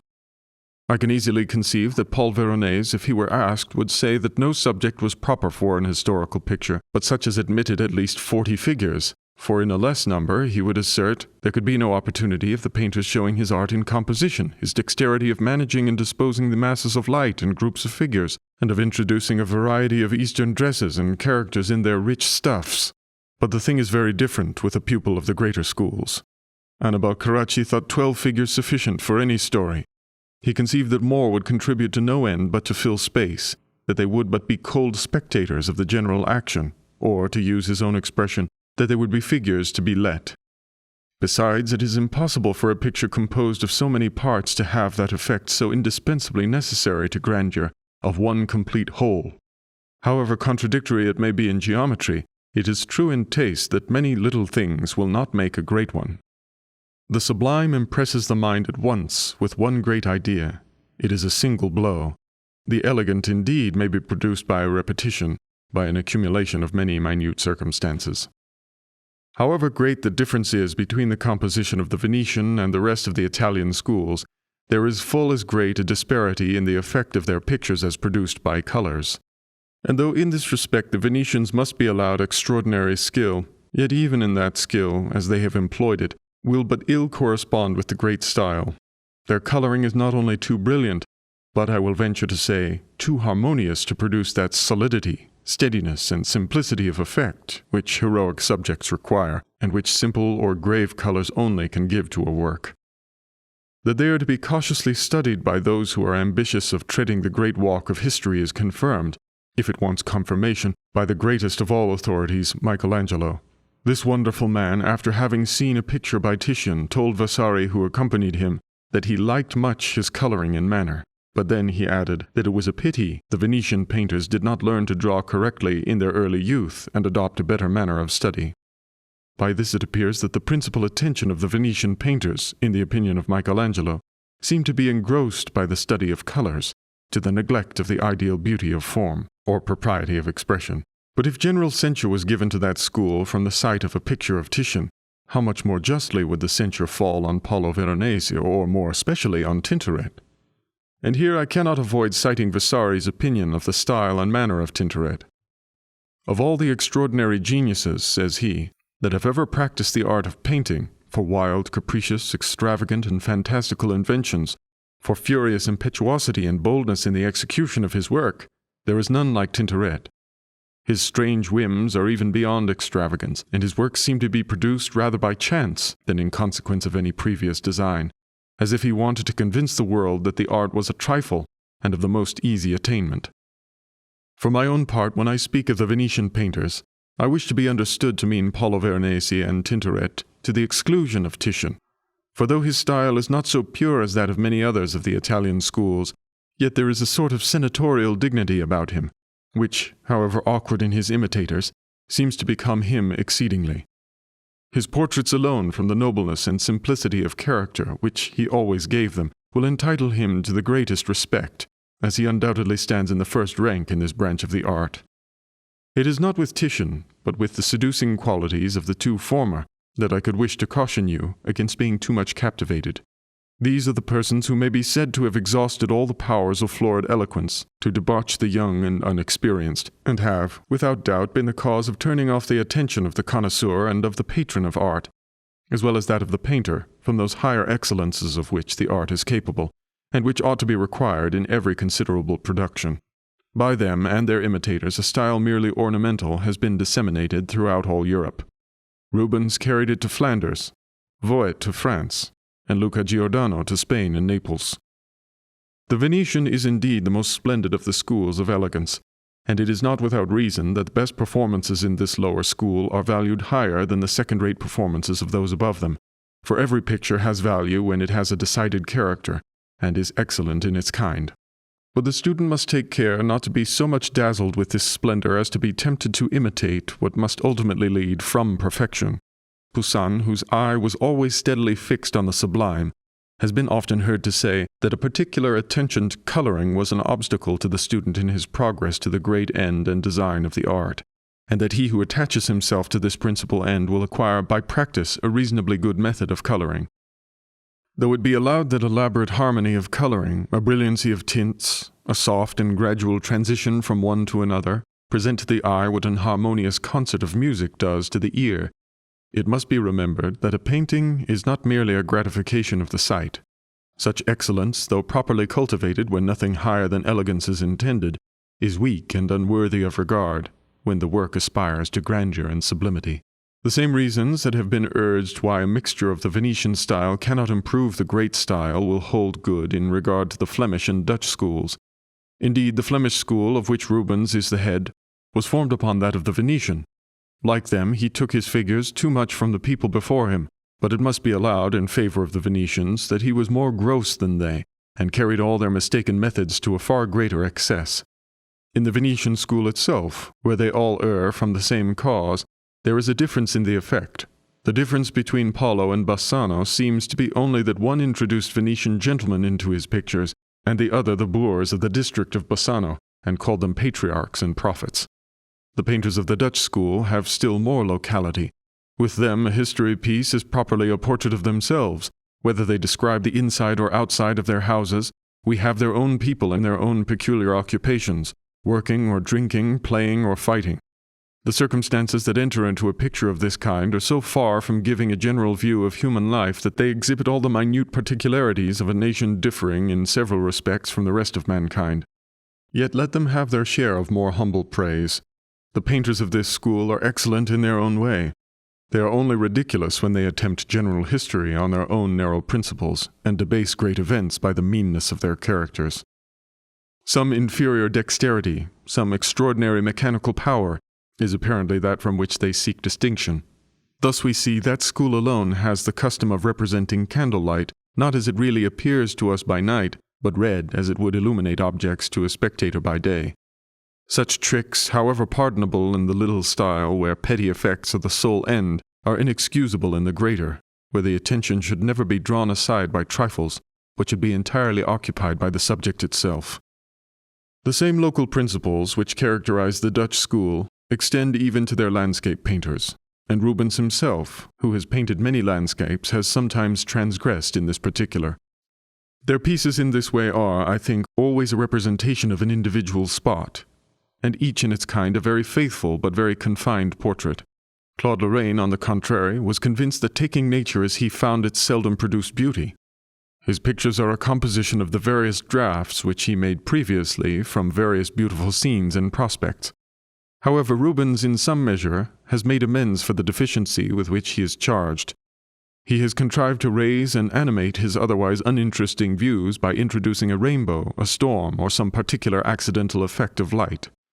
That the practice of Claude Lorraine in respect to his choice is to be adopted by landscape painters, in opposition to that of the Flemish and Dutch schools, there can be no doubt, as its truth is founded upon the same principle as that by which the historical painter acquires perfect form. But whether landscape painting has a right to aspire so far as to reject what the painters call accidents of nature, is not easy to determine. It is certain Claude Lorrain seldom, if ever, availed himself of those accidents. Either he thought that such peculiarities were contrary to that style of general nature which he professed, or that it would catch the attention too strongly and destroy that quietness and repose which he thought necessary to that kind of painting. A portrait painter likewise, when he attempts history, unless he is upon his guard, is likely to enter too much into the detail. He too frequently makes his historical heads look like portraits, and this was once the custom amongst those old painters who revived the art before general ideas were practiced or understood. A history painter paints man in general, a portrait painter a particular man, and consequently a defective model. Thus, an habitual practice in the lower exercises of the art will prevent many from attaining the greater. But such of us who move in these humbler walks of the profession are not ignorant that, as the natural dignity of the subject is less, the more all the little ornamental helps are necessary to its embellishment. It would be ridiculous for a painter of domestic scenes, of portraits, landscapes, animals, or of still life to say that he despised those qualities which have made the subordinate schools so famous. The art of coloring and the skillful management of light and shadow are essential requisites in his confined labors. If we descend still lower, what is the painter of fruit and flowers without the utmost art in coloring, and what the painters call handling? That is, a lightness of pencil that implies great practice, and gives the appearance of being done with ease. Some here, I believe, must remember a flower painter whose boast it was that he scorned to paint for the million. No, he professed to paint in the true Italian taste, and despising the crowd called strenuously upon the few to admire him. His idea of the Italian taste was to paint as black and dirty as he could, and to leave all clearness and brilliancy of coloring to those who were fonder of money than of immortality. The consequence was such as might be expected. For these pretty excellences are here essential beauties, and without his merit the artist's work will be more short-lived than the objects of his imitation. From what has been advanced, we must now be convinced that there are two distinct styles in history painting, the grand and the splendid or ornamental. The great style stands alone, and does not require, perhaps does not so well admit, any addition from inferior beauties. The ornamental style also possesses its own peculiar merit. However, though the union of the two may make a sort of composite style, yet that style is likely to be more imperfect than either of those which go to its composition. Both kinds have merit, and may be excellent, though in different ranks, if uniformity be preserved, and the general and particular ideas of nature be not mixed. Even the meanest of them is difficult enough to attain, and the first place being already occupied by the great artists in either department, some of those who followed thought there was less room for them, and feeling the impulse of ambition and the desire of novelty, and being at the same time perhaps willing to take the shortest way, they endeavored to make for themselves a place between both. This they have effected by forming a union of the different orders, but as the grave and majestic style would suffer by a union with the florid and gay, so also has the Venetian ornament in some respect been injured by attempting an alliance with simplicity. It may be asserted that the great style is always more or less contaminated by any meaner mixture, but it happens in a few instances that the lower may be improved by borrowing from the grand. Thus, if a portrait painter is desirous to raise and improve his subject, he has no other means than by approaching it to a general idea. He leaves out all the minute breaks and peculiarities in the face, and changes the dress from a temporary fashion to one more permanent, which is annexed to it no ideas of meanness from its being familiar to us. But if an exact resemblance of an individual be considered as the sole object to be aimed at, the portrait painter will be apt to lose more than he gains by the acquired dignity taken from general nature. It is very difficult to ennoble the character of a countenance, but at the expense of the likeness, which is what is most generally required by such as sit to the painter. Of those who have practiced the composite style and have succeeded in this perilous attempt, perhaps the foremost is Correggio. His style is founded upon modern grace and elegance, to which is superadded something of the simplicity of the grand style, a breadth of light and color, the general ideas of the drapery, an uninterrupted flow of outline, all conspire to this effect. Next him, perhaps equal to him, Parmigiano has dignified the gentleness of modern effeminacy by uniting it with the simplicity of the ancients and the grandeur and severity of Michelangelo. It must be confessed, however, that these two extraordinary men, by endeavoring to give the utmost degree of grace, have sometimes perhaps exceeded its boundaries, and have fallen into the most hateful of all hateful qualities, affectation. Indeed, it is the more peculiar characteristic of men of genius to be afraid of coldness and insipidity, from which they think they never can be too far removed. It particularly happens to those great masters of grace and elegance. They often boldly drive on to the very verge of ridicule. The spectator is alarmed, but at the same time admires their vigor and intrepidity. Strange graces still, and stranger flights they had, yet ne'er so sure our passion to create, aye, when they touch the brink of all we hate. The errors of genius, however, are pardonable, and none even of the more exalted painters are wholly free from them. But they have taught us by the rectitude of their general practice to correct their own affected or accidental deviation. The very first have not been always upon their guard, and perhaps there is not a fault, but what may take shelter under the most venerable authorities. Yet that style only is perfect in which the noblest principles are uniformly pursued, and those masters only are entitled to the first rank in our estimation who have enlarged the boundaries of their art and have raised it to its highest dignity by exhibiting the general ideas of nature. On the whole, it seems to me that there is but one presiding principle which regulates and gives stability to every art. The works, whether of poets, painters, moralists, or historians, which are built upon general nature, live forever, while those which depend for their existence on particular customs and habits, a partial view of nature, or the fluctuation of fashion, can only be coeval with that which first raised them from obscurity. Present time and future may be considered as rivals, and he who solicits the one must expect to be discountenanced by the other.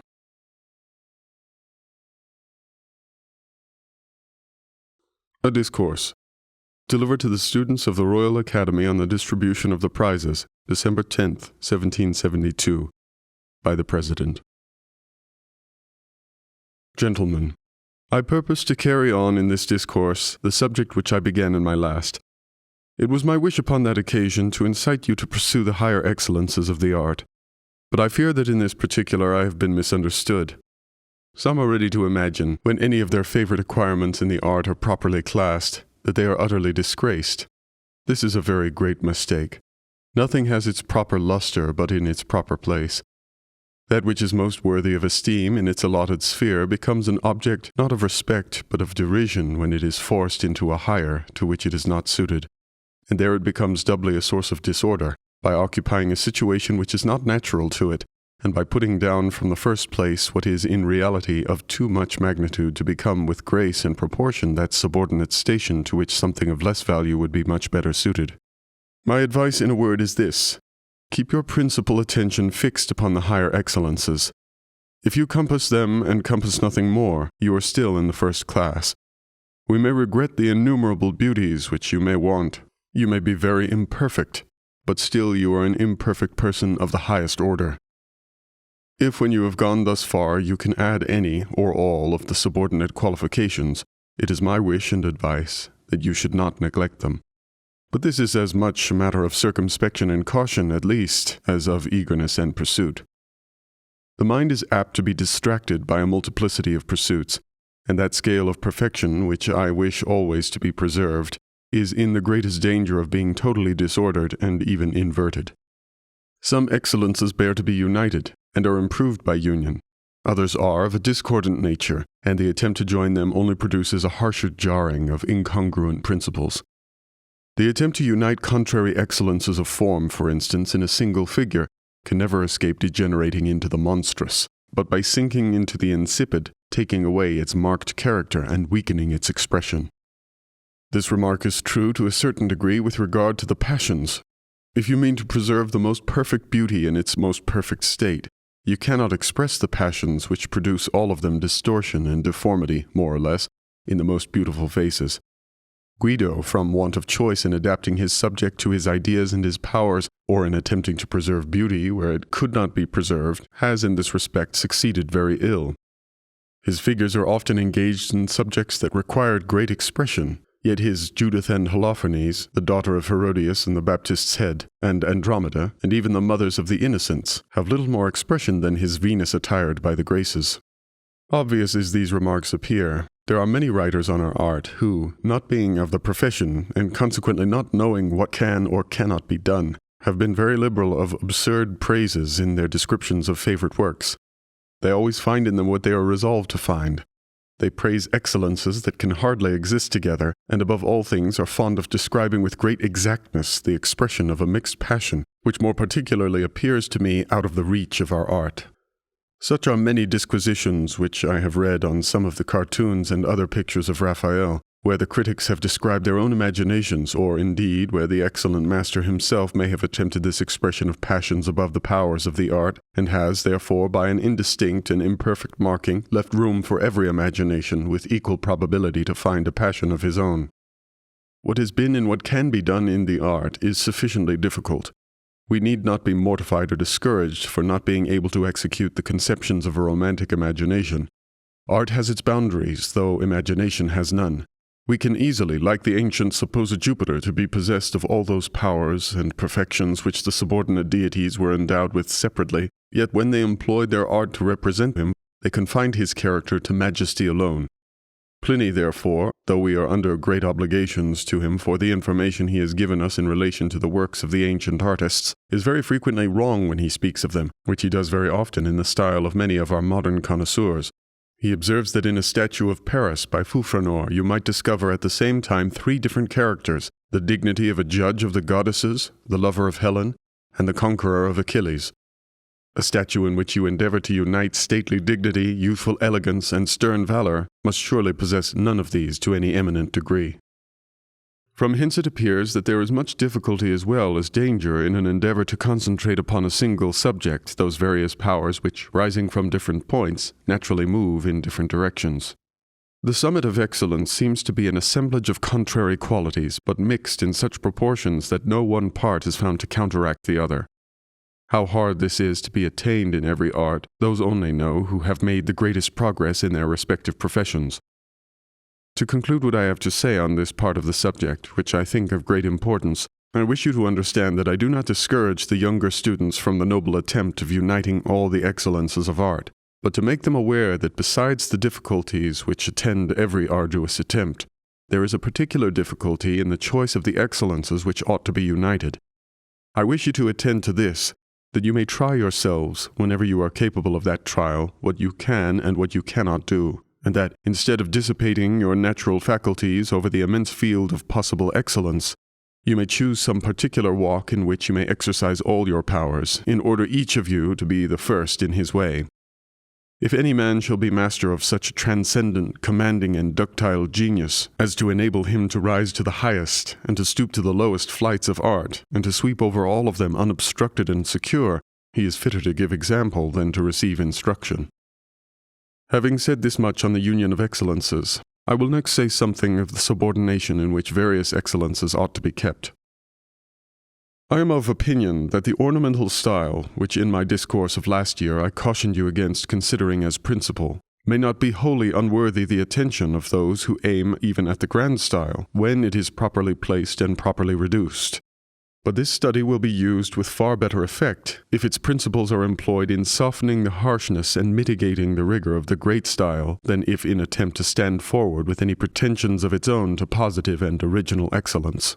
It was thus Lodovico Carracci, whose example I formerly recommended to you, employed it.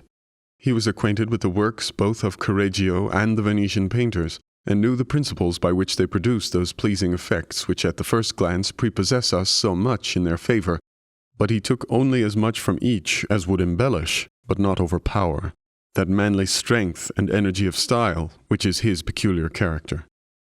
Since I have already expatiated so largely in my former discourse, and in my present upon the styles and characters of painting, it will not be at all unsuitable to my subject if I mention to you some particulars relative to the leading principles and capital works of those who excelled in the great style, that I may bring you from abstraction nearer to practice, and by exemplifying the propositions which I have laid down, enable you to understand more clearly what I would enforce. The principal works of modern art are in fresco, a mode of painting which excludes attention to minute elegancies. Yet these works in fresco are the productions on which the fame of the great masters depend. Such are the pictures of Michelangelo and Raphael in the Vatican, to which we may add the cartoons which, though not strictly to be called fresco, yet may be put under that denomination, and such are the works of Giulio Romano at Mantua. If these performances were destroyed, with them would be lost the best part of the reputation of those illustrious painters, for these are justly considered as the greatest efforts of our art which the world can boast. To these, therefore, we should principally direct our attention for higher excellences. As for the lower arts, as they have been once discovered, they may be easily attained by those possessed of the former. Raphael, who stands in general foremost of the first painters, owes his reputation, as I have observed, to his excellence in the higher parts of the art.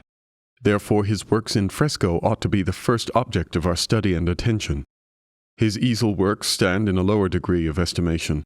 For though he continually to the day of his death embellished his works more and more with the addition of these lower ornaments, which entirely make the merit of some, yet he never arrived at such perfection as to make him an object of imitation.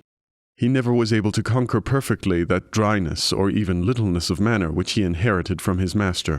He never acquired that nicety of taste in colors, that breadth of light and shadow, that art and management of uniting light to light and shadow to shadow so as to make the object rise out of the ground with that plenitude of effect so much admired in the works of Correggio.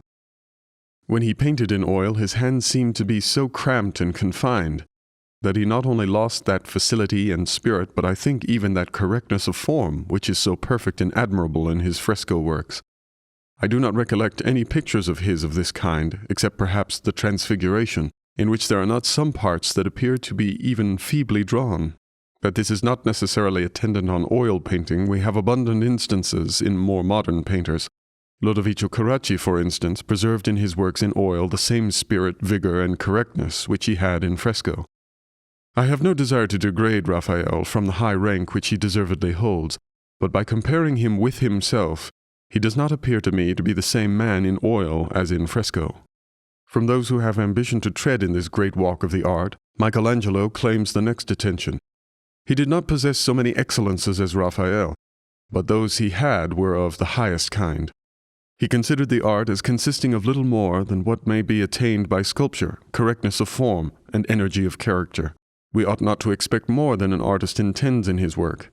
He never attempted those lesser elegancies and graces in the art. Vasari says he never painted but one picture in oil, and resolved never to paint another, saying it was an employment only fit for women and children. If any man had a right to look down upon the lower accomplishments as beneath his attention, it was certainly Michelangelo. Nor can it be thought strange that such a mind should have slighted or have been withheld from paying due attention to all those graces and embellishments of art which have diffused such lustre over the works of other painters.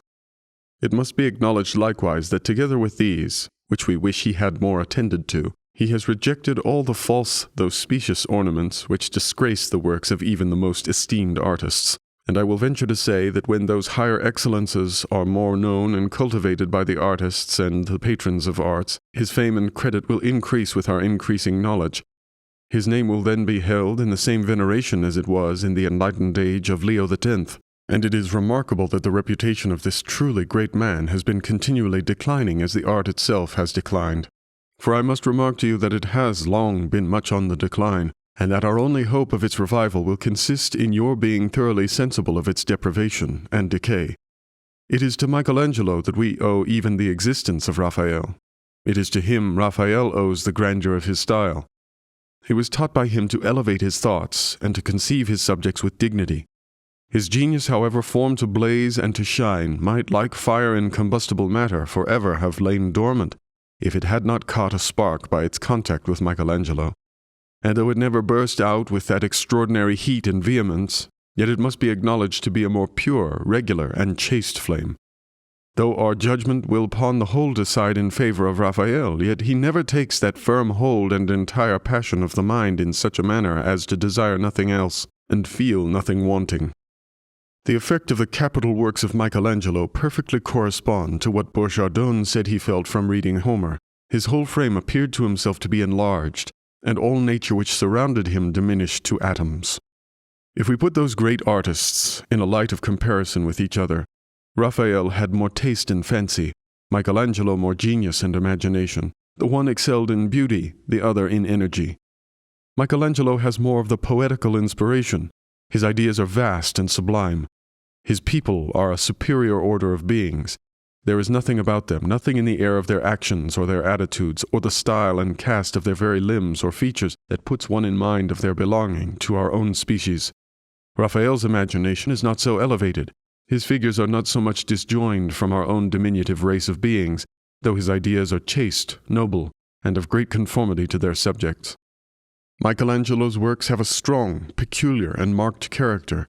They seem to proceed from his own mind entirely, and that mind so rich and abundant that he never needed or seemed to disdain to look abroad for foreign help. Raphael's materials are generally borrowed, though the noble structure is his own. The excellency of his extraordinary man lay in the propriety, beauty, and majesty of his characters, his judicious contrivance of his composition, correctness of drawing, purity of taste, and the skillful accommodation of other men's conceptions to his own purpose. Nobody excelled him in that judgment with which he united to his own observations on nature the energy of Michelangelo and the beauty and simplicity of the antique. To the question, therefore, which ought to hold the first rank, Raphael or Michelangelo, it must be answered that if it is to be given to him who possessed a greater combination of the higher qualities of the art than any other man, there is no doubt but Raphael is the first. But if, according to Longinus, the sublime, being the higher excellence that human composition can attain to, abundantly compensates the absence of every other beauty and atones for all other deficiencies, then Michelangelo demands the preference. These two extraordinary men carried some of the higher excellences of the art to a greater degree of perfection than probably they ever arrived at before. They certainly have not been excelled nor equaled since. Many of their successors were induced to leave this great road as a beaten path, endeavoring to surprise and please by something uncommon or new. When this desire after novelty has proceeded from mere idleness or caprice, it is not worth the trouble of criticism. But when it has been in consequence of a busy mind of a peculiar complexion, it is always striking and interesting, never insipid. Such is the great style as it appears in those who possessed it at its height. In this, search after novelty in conception or in treating the subject has no place. But there is another style which, though inferior to the former, has still great merit, because it shows that those who cultivated it were men of lively and vigorous imagination. This I call the original or characteristical style. This, being less referred to any true archetype existing either in general or particular nature, must be supported by the painter's consistency in the principles he has assumed, and in the union and harmony of his whole design. The excellency of every style, but I think of the subordinate ones more especially, will very much depend on preserving that union and harmony between all component parts, that they appear to hang well together as if the whole proceeded from one mind. It is in the works of art as in the characters of men. The faults or defects of some men seem to become them when they appear to be the natural growth and of a piece with the rest of their character. A faithful picture of a mind, though it be not of the most elevated kind, though it be irregular, wild, and incorrect, yet if it be marked with that spirit and firmness which characterizes works of genius, will claim attention and be more striking than a combination of excellences that do not seem to hang well together, or we may say, than a work that possesses even all excellences, but those in a moderate degree. One of the strongest marked characters of this kind, which must be allowed to be subordinate to the great style, is that of Salvator Rosa. He gives us a peculiar cast of nature which, though void of all grace, elegance, and simplicity, though it has nothing of that elevation and dignity which belongs to the grand style, yet has that sort of dignity which belongs to savage and uncultivated nature. But what is most to be admired in him is the perfect correspondence which he observed between the subjects which he chose and his manner of treating them. Everything is of a piece. His rocks, trees, sky, even to his handling, have the same rude and wild character which animates his figures. To him we may contrast the character of Carlo Maratti, who, in my opinion, had no great vigor of mind or strength of original genius. He rarely seizes the imagination by exhibiting the higher excellences, nor does he captivate us by that originality which attends the painter who thinks for himself. He knew and practiced all the rules of art, and from a composition of Raphael, Carracci and Guido made up a style of which its only fault was that it had no manifest defects and no striking beauties, and that the principles of his composition are never blended together so as to form one uniform body, original in its kind or excellent in any view. I will mention two other painters who, though entirely dissimilar, yet by being each consistent with himself and possessing a manner entirely his own, have both gained reputation, though for very opposite accomplishments. The painters I mean are Rubens and Poussin. Rubens I mention in this place, as I think him a remarkable instance of the same mind being seen in all the various parts of the art. The whole is so much of a piece that one can scarcely be brought to believe but that if any one of them had been more correct and perfect, his works would not be so complete as they now appear. If we should allow a greater purity and correctness of drawing, his want of simplicity in composition, coloring, and drapery would appear more gross. In his composition, his art is too apparent. His figures have expression and act with energy, but without simplicity or dignity. His coloring, in which he is eminently skilled, is, notwithstanding, too much of what we call tinted. Throughout the whole of his works there is a proportionable want of that nicety of distinction and elegance of mind which is required in the higher walks of painting. And to this want it may be in some degree ascribed that those qualities which make the excellency of his subordinate style appear in him with their greatest lustre. Indeed, the facility with which he invented, the richness of his composition, the luxuriant harmony and brilliancy of his coloring so dazzle the eye that whilst his works continue before us, we cannot help thinking that all his deficiencies are fully supplied. Opposed to this florid, careless, loose, and inaccurate style, that of the simple, careful, pure, and correct style of Poussin seems to be a complete contrast. Yet, however opposite their characters, in one thing they agreed, both of them having a perfect correspondence between all the parts of their respective manners. One is not sure but every alteration of what is considered as defective in either would destroy the effect of the whole. Poussin lived and conversed with the ancient statues so long that he may be said to be better acquainted with them than with the people who were about him. I have often thought that he carried his veneration for them so far as to wish to give his works the air of ancient paintings. It is certain he copied some of the ancient paintings, particularly the marriage in the Aldobrandini Palace at Rome, which I believe the best relic of those remote ages that has yet been found. No works of any modern has so much the air of antique paintings as those of Poussin. His best performances have a remarkable dryness of manner, which, though by no means to be recommended for imitation, yet seems perfectly correspondent to that ancient simplicity which distinguishes his style. Like Polidoro, he studied them so much that he acquired a habit of thinking in their way, and seemed to know perfectly the actions and gestures they would use on every occasion. Poussin in the latter part of his life changed from his dry manner to one much softer and richer, where there is a greater union between the figures and the ground, such as the 7 Sacraments in the Duke of Orleans collection. But neither these nor any in this manner are at all comparable to many in his dry manner which we have in England. The favorite subjects of Poussin were ancient fables, and no painter was ever better qualified to paint such subjects, not only from his being eminently skilled in the knowledge of ceremonies, customs, and habits of the ancients, but from his being so well acquainted with the different characters which those who invented them gave their allegorical figures. Though Rubens has shown great fancy in his satyrs, Silenuses, and fauns, yet they are not that distinct separate class of beings which is carefully exhibited by the ancients and by Poussin. Certainly, when such subjects of antiquity are represented, nothing in the picture ought to remind us of modern times.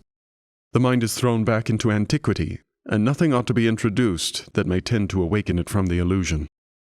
Poussin seemed to think that the style and the language in which such stories are told is not the worse for preserving some relish of the old way of painting which seemed to give a general uniformity to the whole, so that the mind was thrown back into antiquity, not only by the subject, but the execution. If Poussin in imitation of the ancients represents Apollo driving his chariot out of the sea by way of representing the sun rising, if he personifies lakes and rivers, it is no ways offensive in him, but seems perfectly of a piece with the general air of the picture. On the contrary, if the figures which people his pictures had a modern air or countenance, if they appeared like our countrymen, if the draperies were like cloth or silk of our manufacture, if the landscape had the appearance of a modern view, how ridiculous would Apollo appear instead of the sun, an old man or a nymph, with an urn instead of a river or lake. I cannot avoid mentioning here a circumstance in portrait painting, which may help to confirm what has been said. When a portrait is painted in the historical style, as it is neither an exact minute representation of an individual nor completely ideal, every circumstance ought to correspond to this mixture. The simplicity of the antique air and attitude, however much to be admired, is ridiculous when joined to a figure in a modern dress. It is not to my purpose to enter into the question at present whether this mixed style ought to be adopted or not. Yet if it is chosen, it is necessary it should be complete and all of a piece. The difference of stuffs, for instance, which make the clothing, should be distinguished in the same degree as the head deviates from a general idea. Without this union, which I have so often recommended, a work can have no marked and determined character, which is the peculiar and constant evidence of genius. But when this is accomplished to a high degree, it becomes in some sort a rival to that style which we have fixed as the highest. Thus I have given a sketch of the characters of Rubens and Salvator Rosa, as they appear to me to have the greatest uniformity of mind throughout their whole work. But we may add to these all those artists who are at the head of the class, and have had a school of imitators from Michelangelo down to Watteau. Upon the whole, it appears that, setting aside the ornamental style, there are two different paths, either of which a student may take without degrading the dignity of his art. The first is to combine the higher excellences and embellish them to the greatest advantage. The other is to carry one of these excellences to the highest degree. But those who possess neither must be classed with them, who, as Shakespeare says, are men of no mark or likelihood. I inculcate as frequently as I can your forming yourselves upon great principles and great models. Your time will be much misspent in every other pursuit. Small excellences should be viewed, not studied. They ought to be viewed because nothing ought to escape a painter's observation, but for no other reason. There is another caution which I wish to give you. Be as select in those whom you endeavor to please as in those whom you endeavor to imitate. Without the love of fame you can never do anything excellent, but by an excessive and indistinguishing thirst after it, you will come to have vulgar views, you will degrade your style, and your taste will be entirely corrupted. It is certain that the lowest style will be the most popular, as it falls within the compass of ignorance itself, and the vulgar will always be pleased with what is natural in the confined and misunderstood sense of the word. One would wish that such deprivation of taste should be counteracted with such manly pride as Euripides expressed to the Athenians who criticized his works. "I do not compose," says he, "my works in order to be corrected by you, but to instruct you." It is true, to have a right to speak thus, a man must be a Euripides. However, thus much may be allowed, that when an artist is sure that he is upon firm ground, supported by the authority and practice of his predecessors of the greatest reputation, he may then assume the boldness and intrepidity of genius. At any rate, he must not be tempted out of the right path by any tide of popularity that always accompanies the lower styles of painting. I mention this because our exhibitions that produce such admirable effects by nourishing emulation and calling out genius have also a mischievous tendency by seducing the painter to an ambition of pleasing indiscriminately the mixed multitude of people who resort to them. A Discourse, delivered to the students of the Royal Academy on the distribution of the prizes, December 10th, 1774, by the President. Gentlemen, when I have taken the liberty of addressing you on the course and order of your studies, I never proposed to enter into a minute detail of the art. This I have always left to the several professors who pursue the end of our institution with the highest honor to themselves and with the greatest advantage to the students. My purpose in the discourses I have held in the Academy is to lay down certain general ideas which seem to me proper for the formation of a sound taste, principles necessary to guard the pupils against those errors into which the sanguine temper common at their time of life has a tendency to lead them, and which have rendered abortive the hopes of so many successions of promising young men in all parts of Europe. I wish also to intercept and suppress those prejudices which particularly prevail when the mechanism of painting is come to its perfection, and which, when they do prevail, are certain to prevail to the utter destruction of the higher and more valuable parts of this literate and liberal profession. Those two have ever been my principal purposes. They are still as much my concern as ever, and if I repeat my own ideas on the subject, you, who know how fast mistake and prejudice, when neglected, gain ground upon truth and reason, will easily excuse me. I only attempt to set the same thing in the greatest variety of lights. The subject of this discourse will be imitation, as far as a painter is concerned in it. By imitation I do not mean imitation in its largest sense, but simply the following of other masters, and the advantage to be drawn from the study of their works.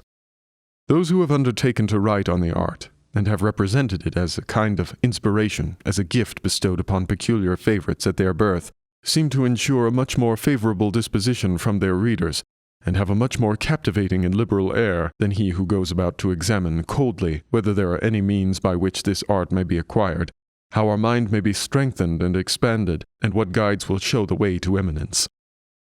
It is very natural for those who are unacquainted with the cause of anything extraordinary to be astonished at the effect, and to consider it as a kind of magic.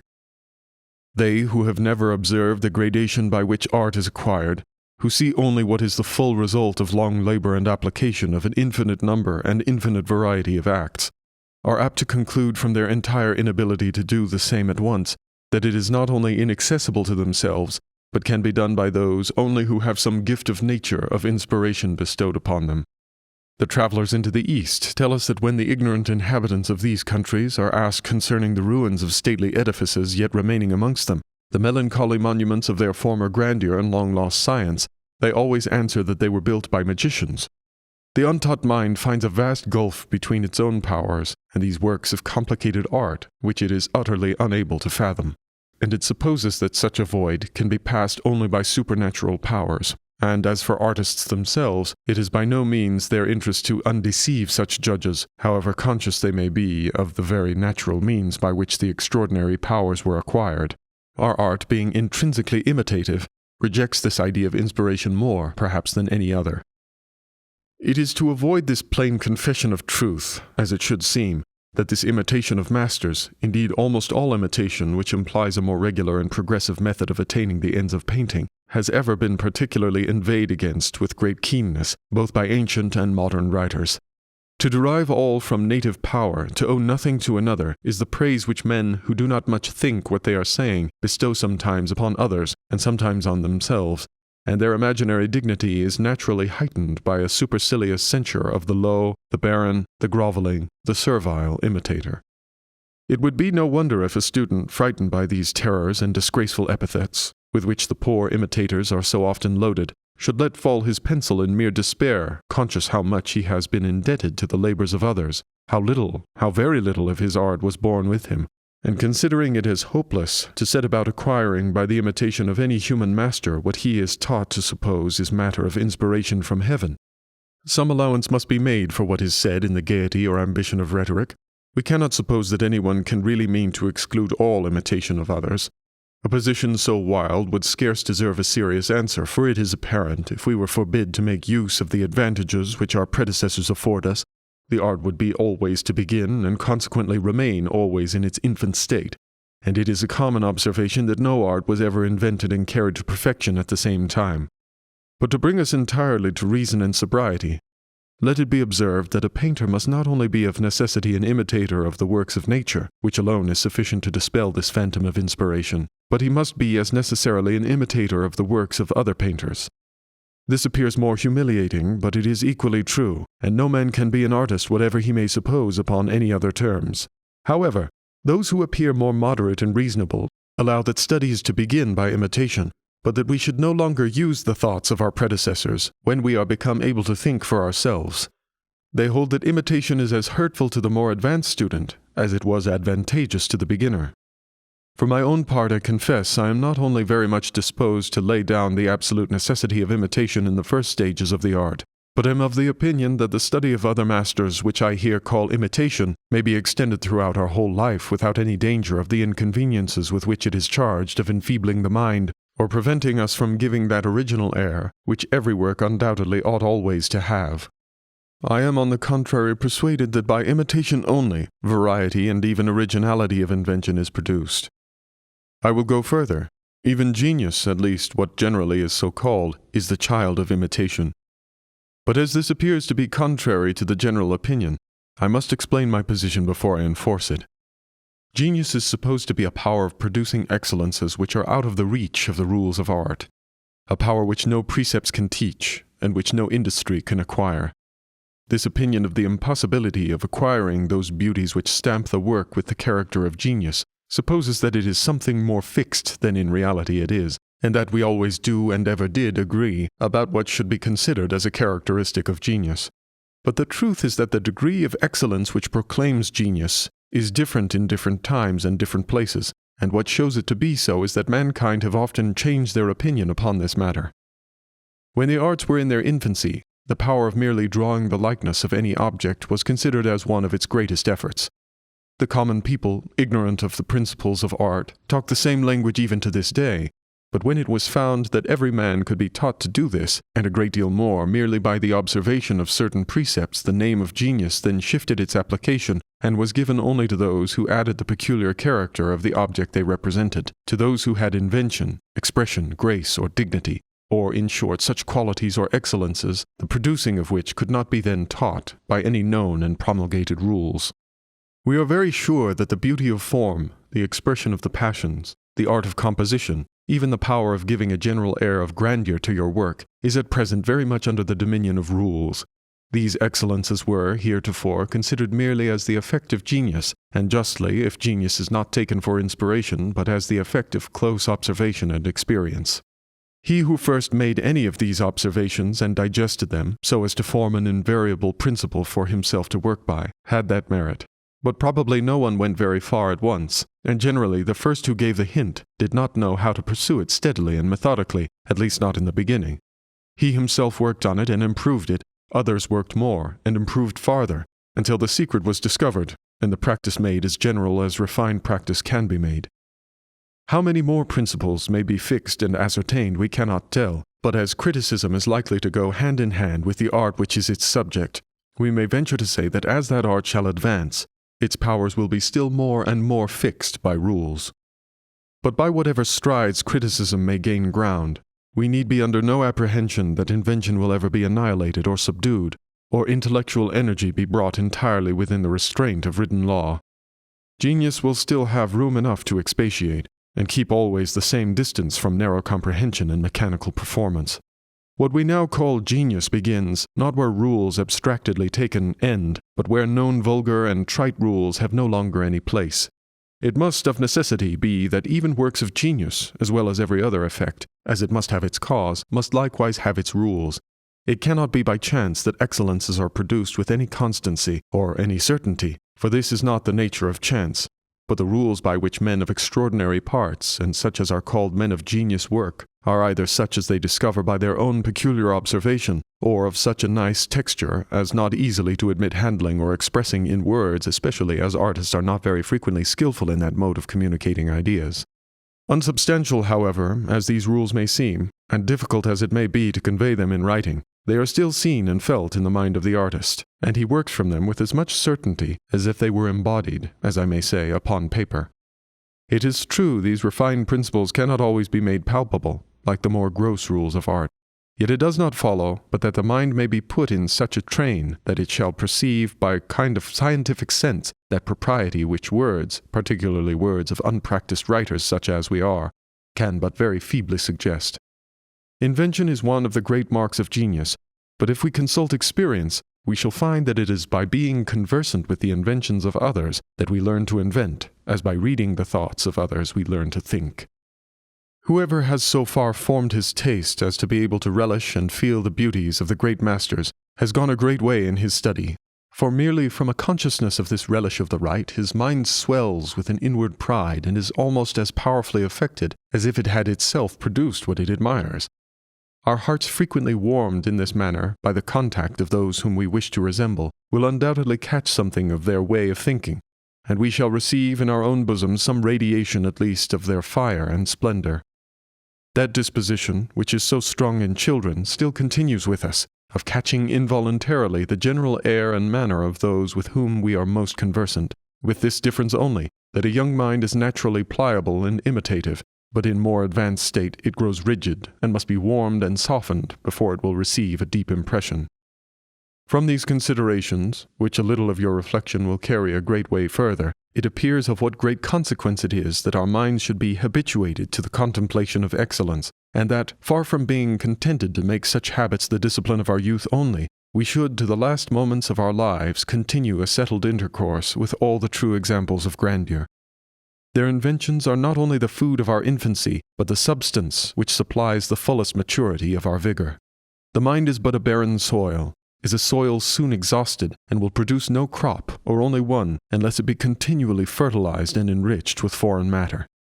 When we have had continually before us the great works of art to impregnate our minds with kindred ideas, we are then, and not till then, fit to produce something of the same species. We behold all about us with the eyes of these penetrating observers, and our minds, accustomed to think the thoughts of the noblest and brightest intellects, are prepared for the discovery and selection of all that is great and noble in nature. The greatest natural genius cannot subsist on its own stock. He who resolves never to ransack any mind but his own will be soon reduced from mere barrenness to the poorest of all imitations. He will be obliged to imitate himself, and to repeat what he has before often repeated. When we know the subject designed by such men, it will never be difficult to guess what kind of work is to be produced. It is vain for painters or poets to endeavor to invent without materials on which the mind may work, and from which invention must originate. Nothing can come of nothing. Homer is supposed to be possessed of all the learning of his time, and we are certain that Michelangelo and Raphael were equally possessed of all the knowledge in the art which was discoverable in the works of their predecessors. A mind enriched by an assemblage of all the treasures of ancient and modern art will be more elevated and fruitful in resources in proportion to the number of ideas which have been carefully collected and thoroughly digested. There can be no doubt that he who has the most materials has the greatest means of invention, and if he has not the power of using them, it must proceed from a feebleness of intellect or from the confused manner in which those collections have been laid up in his mind.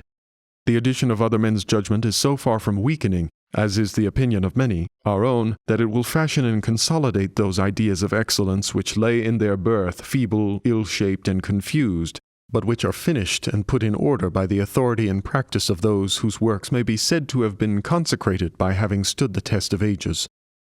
The mind, or genius, has been compared to a spark of fire, which is smothered by a heap of fuel and prevented from blazing into a flame. This simile, which is made use of by the younger Pliny, may be easily mistaken for argument or proof. There is no danger of the mind's being overburdened with knowledge, or the genius extinguished by any addition of images. On the contrary, these acquisitions may as well, perhaps better, be compared, if comparison signified anything in reasoning, to the supply of living embers, which will contribute to strengthen the spark that without the association of more would have died away. The truth is, he whose feebleness is such as to make other men's thoughts an encumbrance to him can have no very great strength of mind or genius of his own to be destroyed, so that not much harm will be done at worst. We may oppose to Pliny the Greater authority of Cicero, who is continually enforcing the necessity of this method of study. In his dialogue on oratory, he makes Crassus say that one of the first and most important precepts is to choose a proper model for our imitation. Hoc fit primum impreceptis meis ut demonstremus quem imitemur. When I speak of the habitual imitation and continued study of masters, it is not to be understood that I advise any endeavor to copy the exact peculiar color and complexion of another man's mind. The success of such an attempt must always be like his who imitates exactly the air, manner, and gestures of him whom he admires. His model may be excellent, but the copy will be ridiculous. This ridicule does not arise from his having imitated, but from his not having chosen the right mode of imitation. It is a necessary and warrantable pride to disdain to walk servilely behind any individual, however elevated his rank. The true and liberal ground of imitation is an open field, where, though he who precedes has had the advantage of starting before you, yet it is enough to pursue his course. You need not tread in his footsteps, and you certainly have a right to outstrip him if you can. Nor whilst I recommend studying the art from artists can I be supposed to mean that nature is to be neglected. I take this study in aid and not exclusion of the other. Nature is and must be the fountain which alone is inexhaustible, and from which all excellences must originally flow. The great use of studying our predecessors is to open the mind, to shorten our labor, and to give us the result of the selection made by those great minds of what is grand or beautiful in nature. Her rich stores are all spread out before us, but it is an art, and no easy art, to know how or what to choose, and how to attain and secure the object of our choice. Thus the highest beauty of form must be taken from nature, but it is an art of long deduction and great experience to know how to find it. We must not content ourselves with merely admiring and relishing. We must enter into the principles on which the art is wrought. These do not swim on the superficies, and consequently are not open to superficial observers. Art in its perfection is not ostentatious, it lies hid, and works its effect itself unseen. It is the proper study and labor of an artist to uncover and find out the latent cause of conspicuous beauties, and from thence form principles for his own conduct. Such an examination is a continual exertion of the mind, as great, perhaps, as that of the artist whose works he is thus studying. The sagacious imitator not only remarks what distinguishes the different manner or genius of each master, he enters into the contrivance in the composition, how the masses of lights are disposed, the means by which the effect is produced, how artfully some parts are lost in the ground, others boldly relieved, and how all these are mutually altered and interchanged according to the reason and scheme of the work. He admires not the harmony of coloring alone, but he examines by what artifice one color is a foil to its neighbor. He looks close into the tints of what color they are composed, till he has formed clear and distinct ideas, and has learnt to see in what harmony and good coloring consists. What is learnt in this manner from the works of others becomes really our own, sinks deep, and is never forgotten. Nay, it is by seizing on this clue that we proceed forward, and get further and further in enlarging the principle and improving the practice. There can be no doubt, but the art is better learnt from the works themselves than from the precepts which are formed upon these works. But if it is difficult to choose proper models for imitation, it requires no less circumspection to separate and distinguish what in those models we ought to imitate. I cannot avoid mentioning here, though it is not my intention at present to enter into the art and method of study, an error which students are too apt to fall into. He that is forming himself must look with great caution and wariness on those peculiarities or prominent parts which at first force themselves upon view and are the marks, or what is commonly called the manner, by which the individual artist is distinguished. Peculiar marks I hold to be general, if not always defects, however difficult it may be wholly to escape them. Peculiarities in the works of art are like those in the human figure. It is by them that we are cognizable and distinguished one from another. But they are always so many blemishes which, however, both in the one case and the other cease to appear deformities to those who have them continually before their eyes. In the works of art, even the most enlightened mind, when warmed by beauties of the highest kind, will by degrees find a repugnance within him to acknowledge any defects. Nay, his enthusiasm will carry him so far as to transform them into beauties and objects of imitation.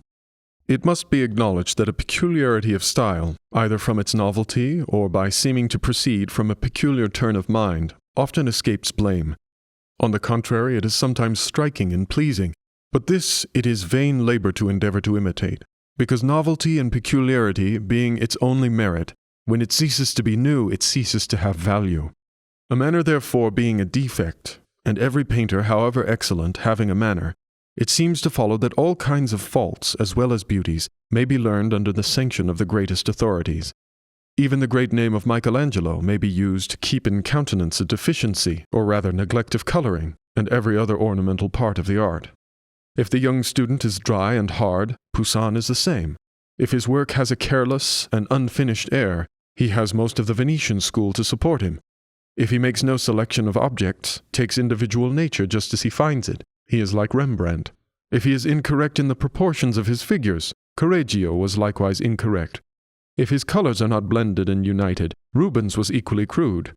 In short, there is no defect, but may be excused if it is a sufficient excuse that it can be imputed to considerable artists. But it must be remembered that it was not by these defects they acquired their reputation. They have a right to our pardon, but not to our admiration. However, to imitate peculiarities or mistake defects for beauties, that man will be most liable who confines his imitation to one favorite master, and even though he chooses the best, and is capable of distinguishing the real excellences of his model, it is not by such narrow practice that a genius or mastery in the art is acquired. A man is as little likely to form a true idea of the perfection of the art by studying a single artist as he would be of producing a perfectly beautiful figure by an exact imitation of any individual living model. And as the painter, by bringing together in one piece those beauties which are dispersed amongst a great variety of individuals, produces a figure more beautiful than can be found in nature, so that artist who can unite in himself the excellences of the various painters will approach nearer to perfection than any one of his masters. He who confines himself to the imitation of an individual, as he never proposes to surpass, so he is not likely to equal the object of imitation. He professes only to follow, and he that follows must necessarily be behind. We should imitate the conduct of the great artists in the course of their studies, as well as the works which they produced when they were perfectly formed. Raphael began by imitating implicitly the manner of Pietro Perugino, under whom he studied. so his first works are scarce to be distinguished from his master's, but soon forming higher and more extensive views, he imitated the grand outline of Michelangelo. He learned the manner and using colors from the works of Leonardo da Vinci and Fratre Bartolomeo. To all this he added the contemplation of all the remains of antiquity that were within his reach, and employed others to draw for him what was in Greece and distant places. And it is from his having taken so many models that he became himself a model for all succeeding painters, always imitating and always original. If your ambition, therefore, be to equal Raphael, you must do as Raphael did. Take many models, and not take even him for your guide alone to the exclusion of others. And yet the number is infinite of those who seem, if one may judge by their style, to have seen no other works but those of their master, or of some favorite whose manner is their first wish and their last. I will mention a few that occur to me of this narrow, confined, illiberal, unscientific and servile kind of imitators. Guido was thus meanly copied by Elisabetta Sirani and Simone Caterini, Poussin by Verdier and Sharon, Parmigiano by Geronimo Mazzuoli, Paolo Veronese and Giacomo Bassan had for their imitators their brothers and sons. Pietro de Cortana was followed by Ciro Ferri and Romanelli, Rubens by Jacques Jordan and Diepenbeck, Guercino by his own family, the Gennari. Carlo Maratti was imitated by Giuseppe Chiari and Pietro da Pietri, and Rembrandt by Bramer, Eckart, and Flink. All these, to whom may be added a much longer list of painters whose works among the ignorant pass for those of their masters, are justly to be censured for barrenness and servility. To oppose to this list a few that have adopted a more liberal style of imitation, Pellegrino Tibaldi, Rosso, and Primaticcio did not coldly imitate, but caught something of the fire that animates the works of Michelangelo. The Carraccis formed their style from Pellegrino, Tibaldi, Correggio, and the Venetian school. Domenicino, Guido, Lanfranco, Albano, Guercino, Cavidone, Gidone, Tiarini, though it is sufficiently apparent that they came from the school of the Carraccis, have yet the appearance of men who extended their views beyond the model that lay before them, and have shown that they had opinions of their own, and had for themselves after they had made themselves masters of the general principles of their schools. Lesueur's first manner resembles very much that of his master Vauvet, but as he soon excelled him, so he differed from him in every part of the art. Carlo Maratti succeeded better than those I have first named, and I think owes his superiority to the extension of his views. Besides his master Andrea Sacchi, he imitated Raphael, Guido, and the Carraccis. It is true there is nothing very captivating in Carlo Maratti, but this proceeded from wants which cannot be completely supplied, that is, want of strength in parts. In this certainly men are not equal, and a man can bring home wares only in proportion to the capital with which he goes to market. Carlo by diligence made the most of what he had, but there was undoubtedly a heaviness about him, which extended itself uniformly to his invention, expression, his drawing, coloring, and the general effect of his pictures. The truth is, he never equaled any of his patterns in any one thing, and he added little of his own. But we must not rest contented, even in this general study of the moderns. We must trace back to the art, to its fountainhead, to that source from whence they drew their principal excellences, the monuments of pure antiquity. All the inventions and thoughts of the ancients, whether conveyed to us in statues, bas-reliefs, intaglios, cameos, or coins, are to be sought after and carefully studied. The genius that hovers over these venerable relics may be called the father of modern art. From the remains of the works of the ancients, the modern arts were revived, and it is by their means that they must be restored a second time.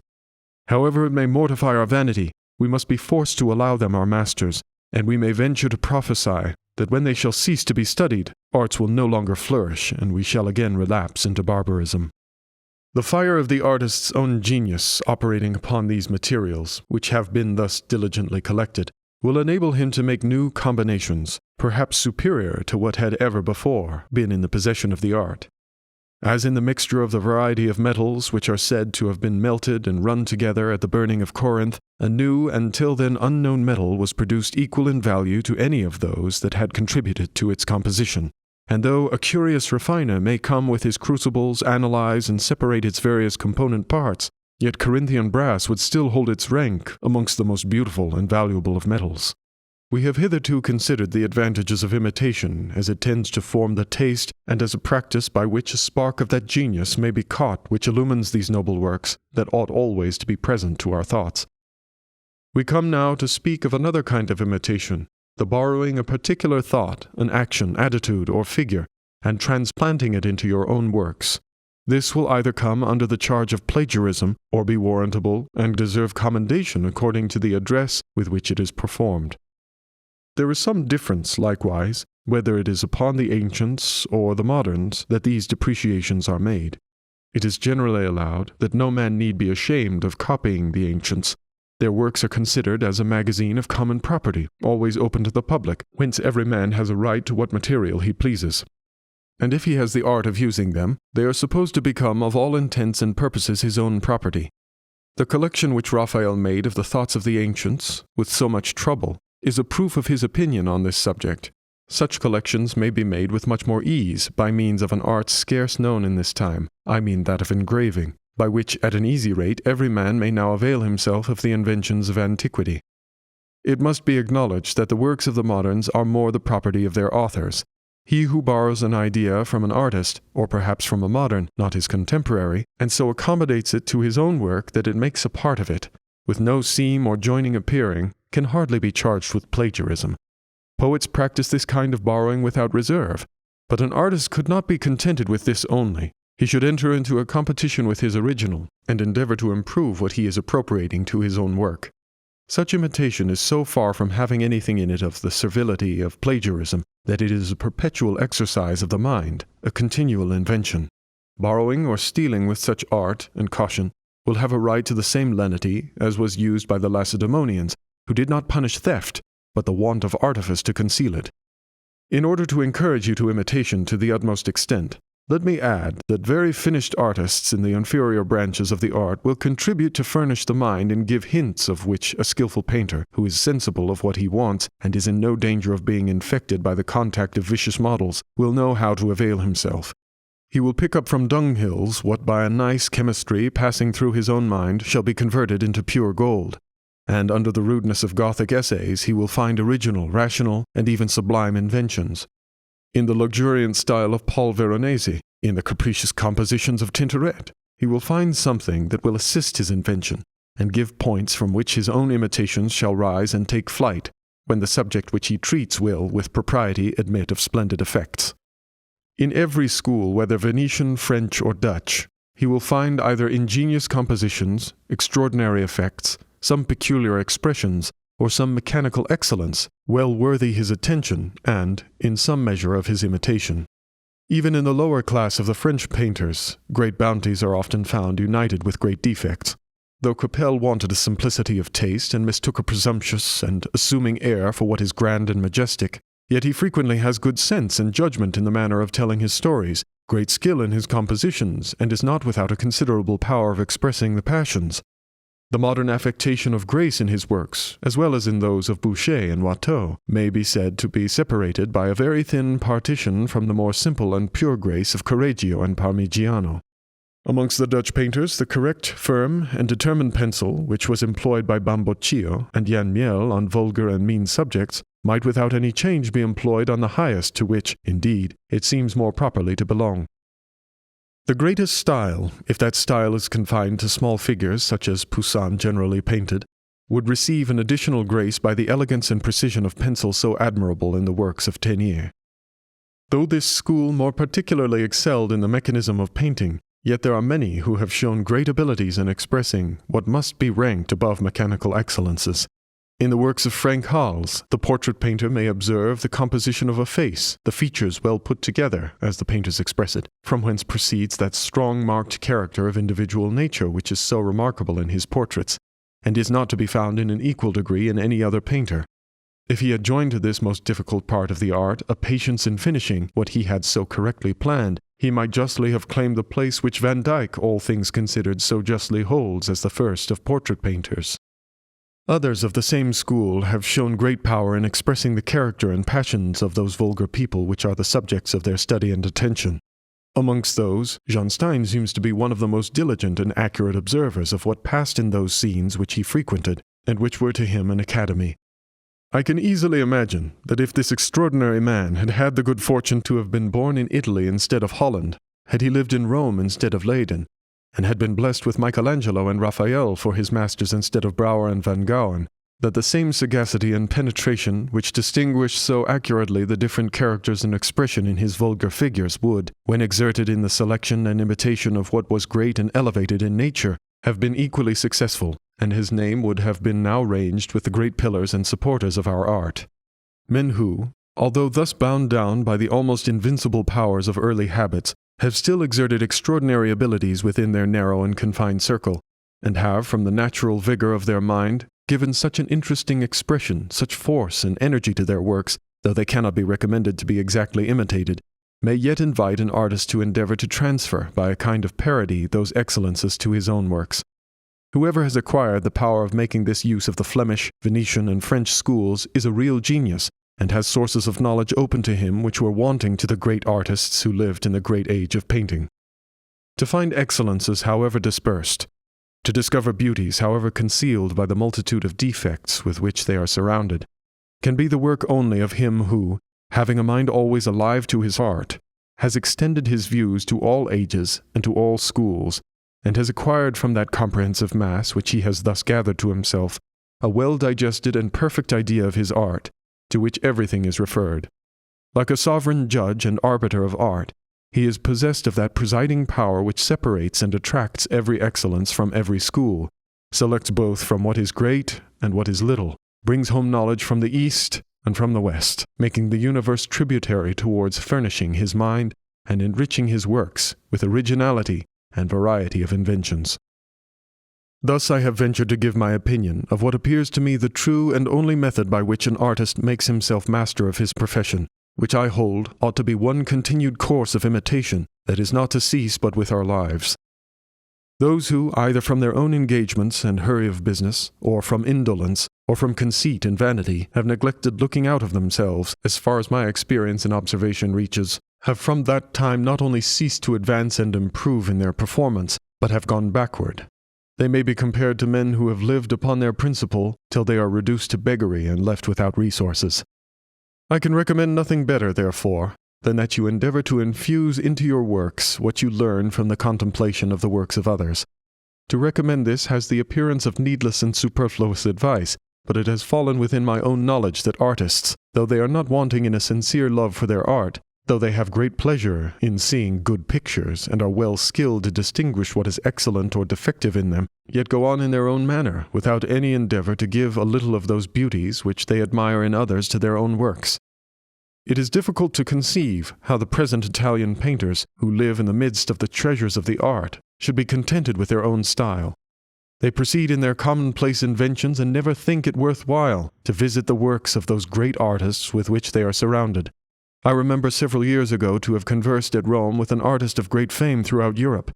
He was not without a considerable degree of abilities, but those abilities were by no means equal to his own opinion of them.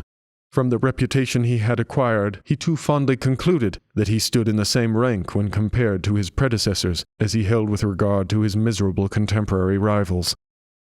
In conversation about some particulars of the works of Raphael, he seemed to have, or to affect to have, a very obscure memory of them. He told me that he had not set foot in the Vatican for 15 years altogether, that indeed he had been in treaty to copy a capital picture of Raphael, but that the business had gone off. However, if the agreement had held, his copy would have greatly exceeded the original.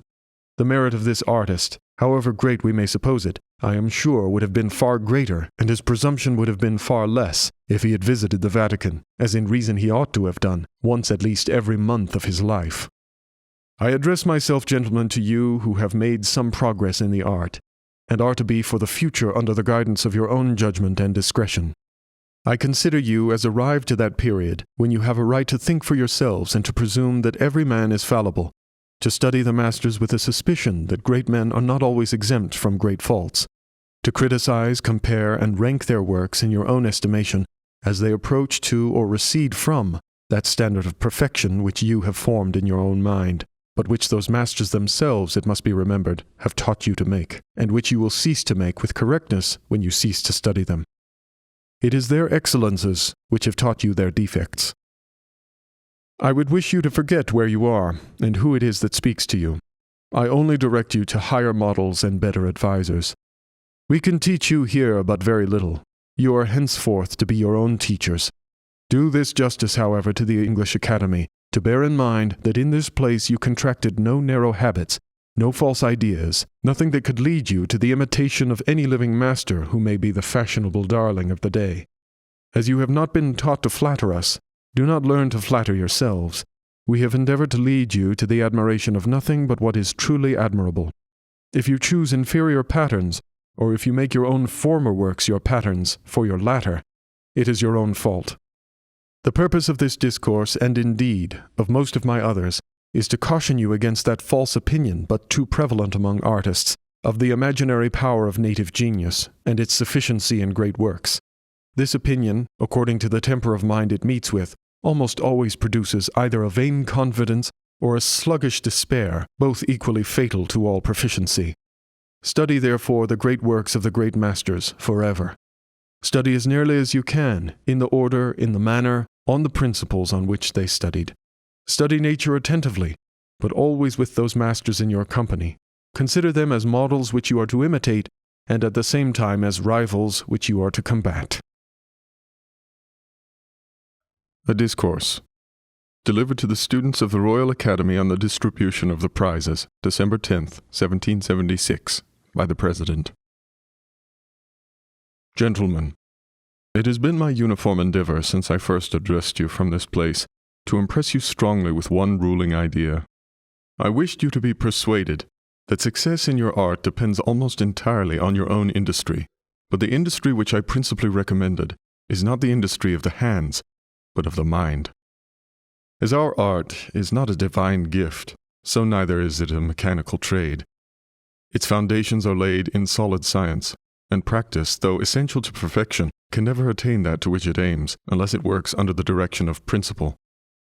Some writers upon art carry this point too far, and suppose that such a body of universal and profound learning is requisite, that the very enumeration of its kind is enough to frighten a beginner.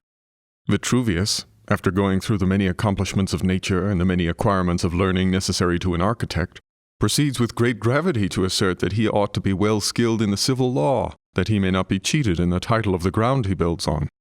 But without such exaggeration, we may go so far as to assert that a painter stands in need of more knowledge than is to be picked off at his palette, or collected by looking on his model, whether it be in life or in picture.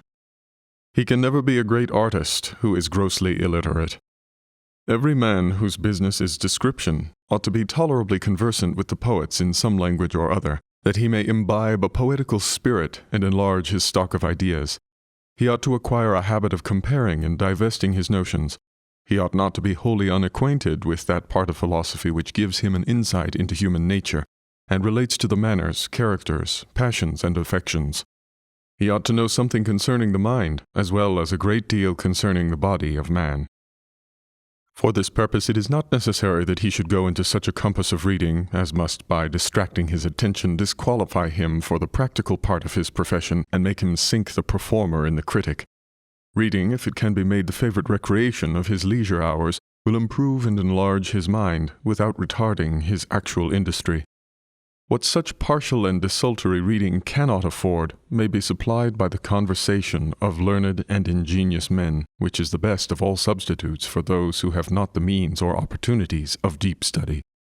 There are many such men in this age, and they will be pleased with communicating their ideas to artists when they see them curious and docile, if they are treated with that respect and deference which is so justly their due.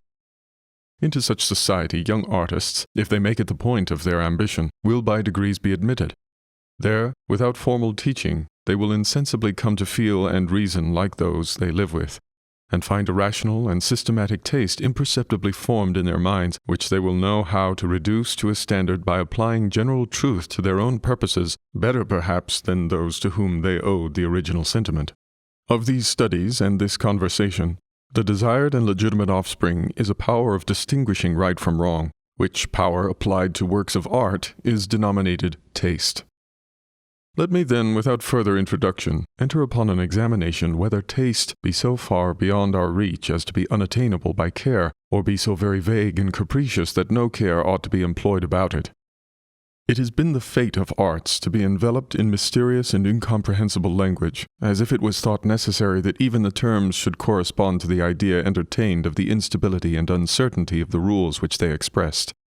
To speak of genius and taste as any way connected with reason or common sense would be, in the opinion of some towering talkers, to speak like a man who possessed neither, who had never felt that enthusiasm, or, to use their own inflated language, was never warmed by that Promethean fire which animates the canvas and vivifies the marble. If, in order to be intelligible, I appear to degrade art by bringing her down from her visionary situation in the clouds, it is only to give her a more solid mansion upon the earth. It is necessary that some time or other we should see things as they really are, and not impose on ourselves by that false magnitude with which objects appear when viewed indistinctly as through a mist. We will allow a poet to express his meaning, when his meaning is not well known to himself, with a certain degree of obscurity, as it is one source of the sublime. But when in plain prose we gravely talk of courting the muse in shady bowers, waiting the call and inspiration of genius, finding out where he inhabits and where he is to be invoked with the greatest success, of attending to times and seasons when the imagination shoots with the greatest vigor, whether at the summer solstice or the equinox, sagaciously observing how much the wild freedom and liberty of imagination is cramped by attention to established rules, and how this same imagination begins to grow dim in advanced age, smothered and deadened by too much judgment. When we talk such language, or entertain such sentiments as these, we generally rest contented with mere words, or at best entertain notions not only groundless but pernicious. If all this means what it is very possible was originally intended only to be meant that in order to cultivate an art, a man secludes himself from the commerce of the world and retires into the country at particular seasons, or that at one time of the year his body is in better health and consequently his mind fitter for the business of hard thinking than at another time, or that the mind may be fatigued and grow confused by long and unremitted application, this I can understand. I can likewise believe that a man eminent when young for possessing poetical imagination may, from having taken another road, so neglect its cultivation as to show less of its powers in his latter life. But I am persuaded that scarce a poet is to be found, from Homer down to Dryden, who preserved a sound mind in a sound body, and continued practicing his profession to the very last, whose later works are not as replete with the fire of imagination as those which were produced in his more youthful days. To understand literally these metaphors or ideas expressed in poetical language seems to be equally absurd as to conclude that because painters sometimes represent poets writing from the dictates of a little winged boy or genius, that this same genius did really inform him in a whisper what he was to write, and that he is himself but a mere machine, unconscious of the operations of his own mind. Opinions generally received and floating in the world, whether true or false, we naturally adopt and make our own. They may be considered as a kind of inheritance to which we succeed, and are tenants for life, and which we leave to our posterity very near in the condition in which we received it, not being in any one man's power either to impair or improve it. The greatest part of these opinions, like current coin in its circulation, we are obliged to take without weighing or examining. But by this inevitable inattention, many adulterated pieces are received which, when we seriously estimate our wealth, we must throw away. So the collector of popular opinions, when he embodies his knowledge and forms a system, must separate those which are true from those which are only plausible. But it becomes more peculiarly a duty to the professors of art not to let any opinions relating to that art pass unexamined. The caution and circumspection required in such examination we shall presently have an opportunity of explaining. Genius and taste, in their common acceptation, appear to be very nearly related. The difference lies only in this, that genius has superadded to it a habit or power of execution, or we may say that taste, when this power is added, changes its name and is called genius. They both, in the popular opinion, pretend to an entire exemption from the restraint of rules.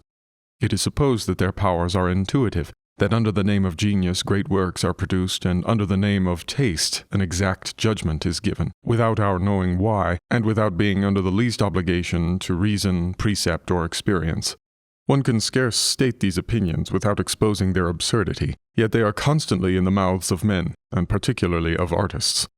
They who have thought seriously on this subject do not carry the point so far, yet I am persuaded that even among those few who may be called thinkers, the prevalent opinion gives less than it ought to the powers of reason, and considers the principles of taste, which give all their authority to the rules of art, as more fluctuating and as having less solid foundations than we shall find upon examination they really have. The common saying that tastes are not to be disputed owes its influence and its general reception to the same error which leads us to imagine it of too high original to submit to the authority of an earthly tribunal. It will likewise correspond with the notions of those who consider it as a mere phantom of the imagination, so devoid of substance as to elude all criticism. We often appear to differ in sentiments from each other, merely from the inaccuracy of terms, as we are not obliged to speak always with critical exactness. Something of this, too, may arise from want of words in the language to express the more nice discriminations which a deep investigation discovers. A great deal, however, of this difference vanishes when each opinion is tolerably explained and understood by constancy and precision in the use of terms. We apply the term taste to that act of the mind by which we like or dislike whatever be the subject.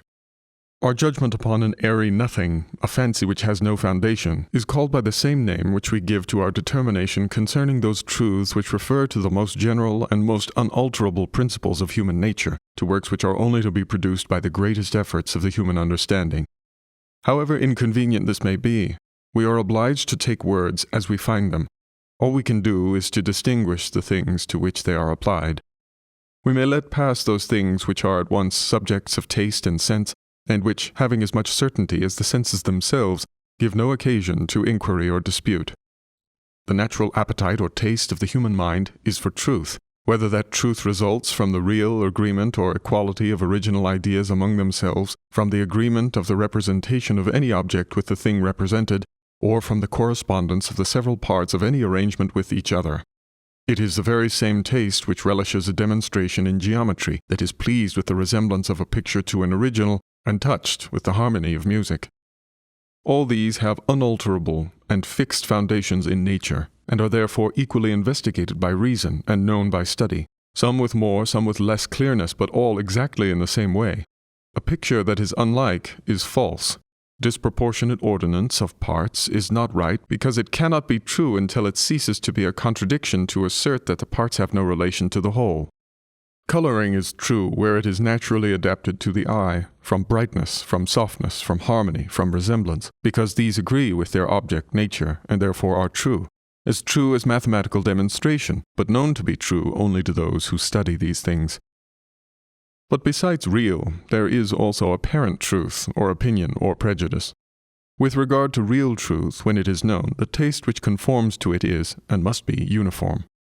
With regard to the second sort of truth, which may be called truth upon sufferance, or truth by courtesy, it is not fixed but variable.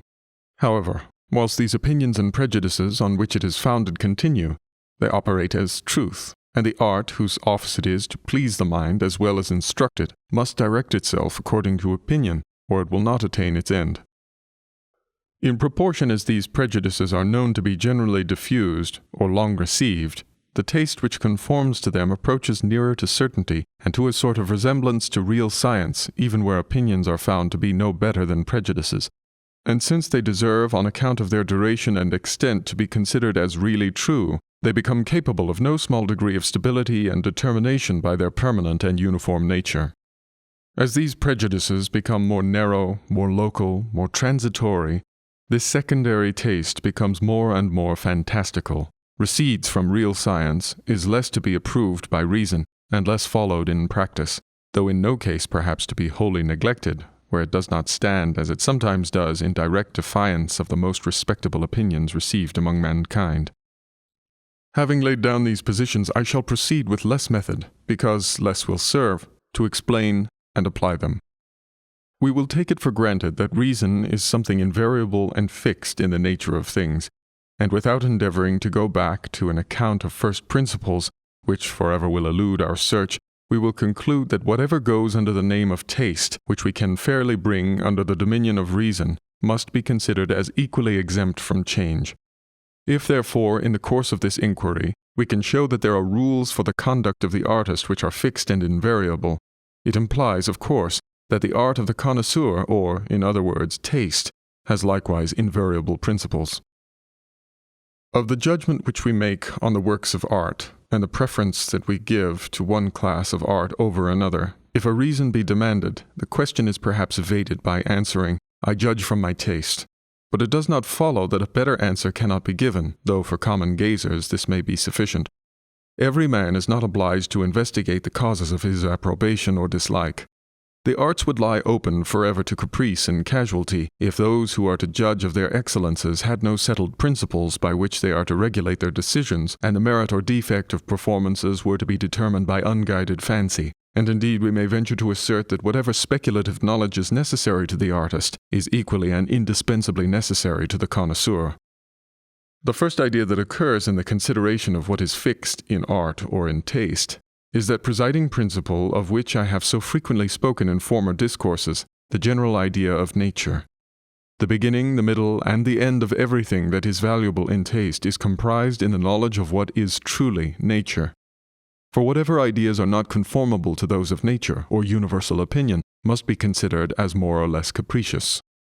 The idea of nature comprehending not only the forms which nature produces, but also the nature and internal fabric, organization, as I may call it, of the human mind and imagination. General ideas, beauty, or nature are but different ways of expressing the same thing, whether we apply these terms to statues, poetry, or picture.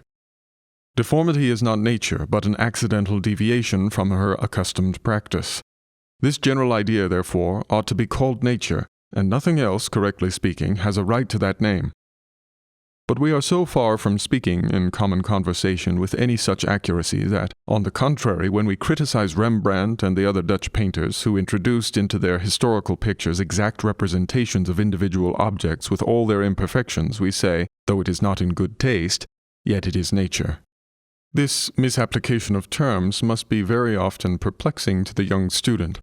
Is not, he may say, art an imitation of nature? Must he not, therefore, who imitates her with the greatest fidelity, be the best artist? By this mode of reasoning, Rembrandt has a higher place than Raphael. But a very little reflection will serve to show us that these particularities cannot be nature. For how can that be the nature of man, in which no two individuals are the same? It plainly appears that as a work is conducted under the influence of general ideas or partial, it is principally to be considered as the effect of a good or a bad taste. As beauty, therefore, does not consist in taking what lies immediately before you, so neither, in our pursuit of taste, are those opinions which we first received and adopted the best choice, or the most natural to the mind and imagination. In the infancy of our knowledge, we seize with greediness the good that is within our reach. It is by after consideration, and in consequence of discipline, that we refuse the present for a greater good at a distance.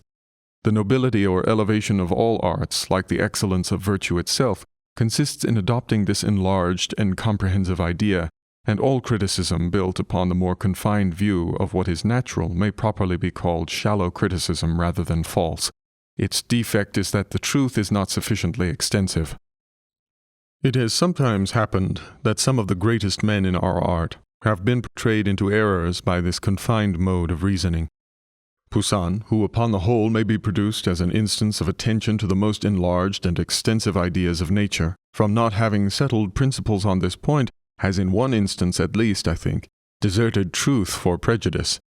He is said to have vindicated the conduct of Giulio Romano for his inattention to the masses of light and shade, or grouping the figures in the Battle of Constantine as if designedly neglected, the better to correspond with the hurry and confusion of a battle. Poussin's own conduct in his representations of bacchanalian triumphs and sacrifices makes us more easily give credit to this report, since in such subjects, as well indeed as in many others, it was too much his own practice. The best apology we can make for this conduct is what proceeds from the association of our ideas, the prejudice we have in favor of antiquity. Poussin's works, as I have formerly observed, have very much the air of the ancient manner of painting, in which there are not the least traces to make us think that what we call the keeping, the composition of light and shade, or distribution of the work into masses, claimed any part of their attention.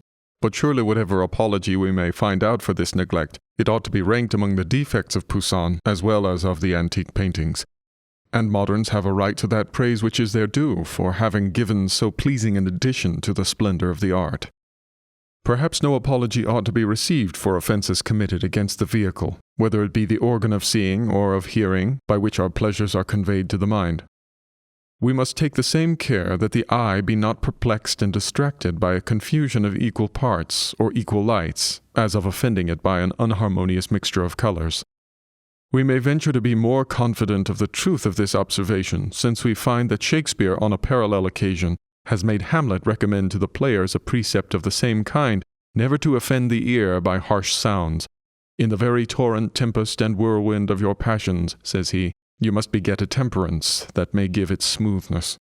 And yet at the same time he very justly observes, the end of playing, both at first and now, is to hold, as it were, the mirror up to nature. No one can deny but that violent passions will naturally emit harsh and disagreeable tones. Yet this great poet and critic thought that this imitation of nature would cost too much if purchased at the expense of disagreeable sensations, or, as he expresses it, of splitting the ear. The poet and actor, as well as the painter of genius, who is well acquainted with all the variety and sources of pleasure in the mind and imagination, has little regard or attention to common nature, or creeping after common sense. By overleaping those narrow bounds, he more effectually seizes the whole mind, and more powerfully accomplishes his purpose. This success is ignorantly imagined to proceed from inattention to all rules and in defiance of reason and judgment, whereas it is in truth acting according to the best rules and the justest reason. He who thinks nature, in the narrow sense of the word, is alone to be followed, will produce but a scanty entertainment for the imagination. Everything is to be done with which it is natural for the mind to be pleased, whether it produces from simplicity or variety, uniformity or irregularity, whether the scenes are familiar or exotic, rude and wild, or enriched and cultivated. For it is natural for the mind to be pleased with all these in their turn. In short, whatever pleases has in it what is analogous to the mind, and is therefore, in the highest and best sense of the word, natural. It is this sense of nature or truth which ought more particularly to be cultivated by the professors of art, and it may be observed that many wise and learned men who have accustomed their minds to admit nothing for truth but what can be proved by mathematical demonstration, have seldom any relish for those arts which address themselves to the fancy, the rectitude and truth of which is known by another kind of proof. And we may add that the acquisition of this knowledge requires as much circumspection and sagacity as to attain those truths which are more open to demonstration. Reason must ultimately determine our choice on every occasion, but this reason may still be exerted ineffectually by applying to taste principles which, though right as far as they go, yet do not reach the object. No man, for instance, can deny that it seems at first view very reasonable that a statue which is to carry down to posterity the resemblance of an individual should be dressed in the fashion of the times, in the dress which he himself wore.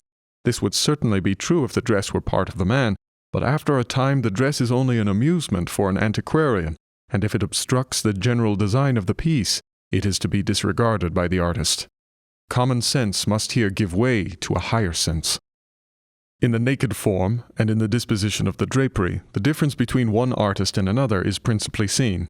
But if he is compelled to the modern dress, the naked form is entirely hid, and the drapery is already disposed by the skill of the tailor.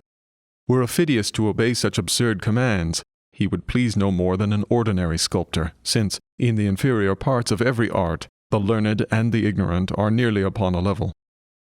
These were probably among the reasons that induced the sculptor of that wonderful figure of Laocoon to exhibit him naked, notwithstanding he was surprised in the act of sacrificing to Apollo, and consequently ought to be shown in his sacerdotal habits, if those greater reasons had not preponderated.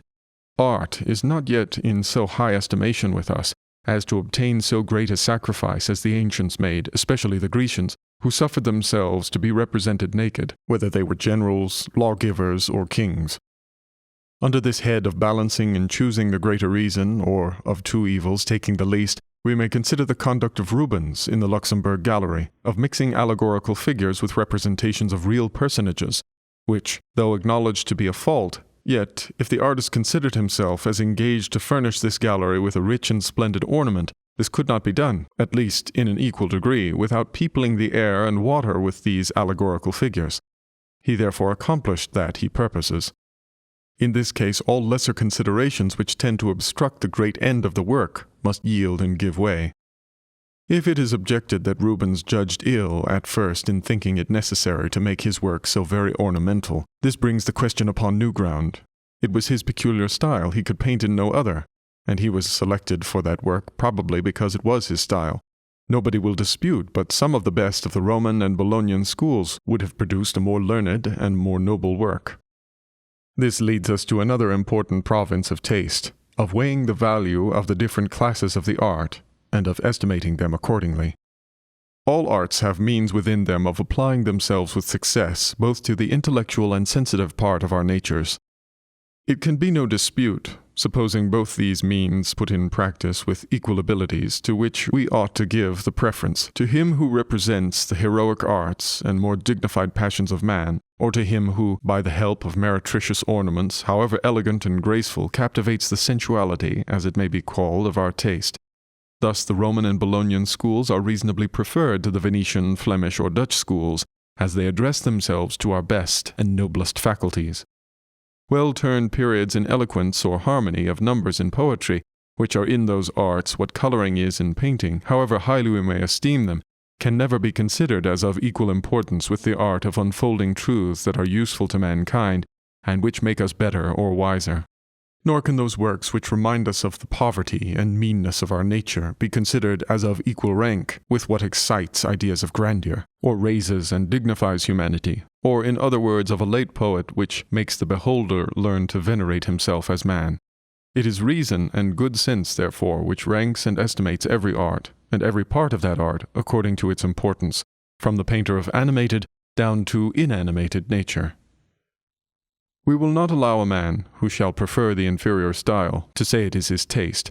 Taste here is nothing, or at least ought to have nothing to do with the question. He wants not taste, but sense and soundness of judgment. Indeed, perfection in an inferior style may be reasonably preferred to mediocrity in the highest walks of art. A landscape of Claude Lorraine may be preferred to a history of Luca Giordano, but hence appears the necessity of the connoisseur's knowing in what consists the excellent of each class, in order to judge how near it approaches to perfection. Even in works of the same kind as in history painting, which is composed of various parts, excellence of an inferior species carried to a very high degree will make a work very valuable and in some measure compensate for the absence of the higher kind of merits. It is the duty of the connoisseur to know and esteem, as much as it may deserve, every part of painting. He will not then think even Bassano unworthy of his notice, who, though totally devoid of expression, sense, grace, or elegance, may be esteemed on account of his admirable taste of colours which, in his best works, are little inferior to those of Titian. Since I have mentioned Bassano, we must do him likewise the justice to acknowledge that, though he did not aspire to the dignity of expressing the characters and passions of men, yet with respect to the facility and truth in his manner of touching animals of all kinds and giving them what painters call their character, few have ever excelled him. To Bassano we may add Paul Veronese and Tintoret for their entire inattention to what is justly esteemed the most essential part of our art, the expression of the passions. Notwithstanding these glaring deficiencies, we justly esteem their works, but it must be remembered that they do not please from those defects, but from their great excellences of another kind, and in spite of such transgressions. These excellences, too, as far as they go, are founded in the truth of general nature. They tell the truth, though not the whole truth. By these considerations, which can never be too frequently impressed, may be obviated two errors which I observe to have been, formerly at least, the most prevalent, and to be the most injurious to artists, that of thinking taste and genius to have nothing to do with reason, and that of taking particular living objects for nature. I shall now say something on that part of taste which, as I have hinted to you before, does not belong so much to the external form of things, but is addressed to the mind and depends on its original frame, or, to use the expression, the organization of the soul. I mean the imagination and the passions. The principles of these are as invariable as the former, and are to be known and reasoned upon in the same manner by an appeal to common sense, deciding upon the common feelings of mankind. This sense and these feelings appear to me of equal authority and equally conclusive. Now this appeal implies a general uniformity and agreement in the minds of men. It would be else an idle and vain endeavor to establish rules of art. It would be pursuing a phantom to attempt to move affections with which we were entirely unacquainted. We have no reason to suspect there is a greater difference between our minds than between our forms, of which, though there are no two alike, yet there is a general similitude that goes through the whole race of mankind, and those who have cultivated their taste can distinguish what is beautiful or deformed, or in other words, what agrees with or what deviates from the general idea of nature, in one case as well as in the other. The internal fabric of our mind, as well as the external form of our bodies, being nearly uniform, It seems then to follow, of course, that as the imagination is incapable of producing anything originally of itself, and can only vary and combine these ideas with which it is furnished by means of the senses, there will be, of course, an agreement in the imaginations as in the senses of men. There being this agreement, it follows that in all cases, in our lightest amusements as well as in our most serious actions and engagements of life, we must regulate our affections of every kind by that of others. The well-disciplined mind acknowledges this authority and submits its own opinion to the public voice. It is from knowing what are the general feelings and passions of mankind that we acquire a true idea of what imagination is, though it appears as if we had nothing to do but to consult our own particular sensations, and these were sufficient to ensure us from all error and mistake. A knowledge of the disposition and character of the human mind can be acquired only by experience. A great deal will be learned, I admit, by a habit of examining what passes in our bosoms, what are our own motives of action, and of what kind of sentiments we are conscious on any occasion. We may suppose a uniformity and conclude that the same effect will be produced by the same cause in the minds of others. This examination will contribute to suggest to us matters of inquiry, but we can never be sure that our own sensations are true and right till they are confirmed by more extensive observation. One man opposing another determines nothing but a general union of minds, like a general combination of the forces of all mankind, makes a strength that is irresistible. In fact, as he who does not know himself does not know others, so it may be said with equal truth that he who does not know others knows himself but very imperfectly. A man who thinks he is guarding himself against prejudices by resisting the authority of others leaves open every avenue to singularity, vanity, self-conceit, obstinacy, and many other vices, all tending to warp the judgment and prevent the natural operation of his faculties. This submission to others is a deference which we owe and indeed are forced involuntarily to pay. In fact, we are never satisfied with our opinions till they are ratified and confirmed by the suffrages of the rest of mankind. We dispute and wrangle forever. We endeavor to get men to come to us when we do not go to them. He therefore who is acquainted with the works which have pleased different ages and different countries, and has formed his opinion on them, has more materials and more means of knowing what is analogous to the mind of man than he who is conversant only with the works of his own age or country. What is pleased and continues to please is likely to please again. Hence are derived the rules of art, and on this immovable foundation they must ever stand. This search and study of the history of the mind ought not to be confined to one art only. It is by the analogy that one art bears to another that many things are ascertained which either were but faintly seen or perhaps would not have been discovered at all if the inventor had not received the first hints from the practices of a sister art on a similar occasion. The frequent allusions which every man who treats of any art is obliged to draw from others in order to illustrate and confirm his principles sufficiently show their near connection and inseparable relation. All arts, having the same general end, which is to please, and addressing themselves to the same faculties through the medium of the senses, it follows that rules and principles must have as great affinity as the different materials and the different organs or vehicles by which they pass to the mind will permit them to retain. We may therefore conclude that the real substance, as it may be called, of what goes under the name of taste, is fixed and established in the nature of things, that there are certain and regular causes by which the imagination and passions of men are affected, and that the knowledge of these causes is acquired by a laborious and diligent investigation of nature, and by the same slow progress as wisdom or knowledge of every kind, however instantaneous its operations may appear when thus acquired. It has been observed that the good and virtuous man alone can acquire this true or just relish, even of works of art. This opinion will not appear entirely without foundation when we consider that the same habit of mind which is acquired by our search after truth in the more serious duties of life is only transferred to the pursuit of lighter amusements, the same disposition, the same desire to find something steady, substantial, and durable, on which the mind can lean, as it were, and rest with safety. The subject only is changed.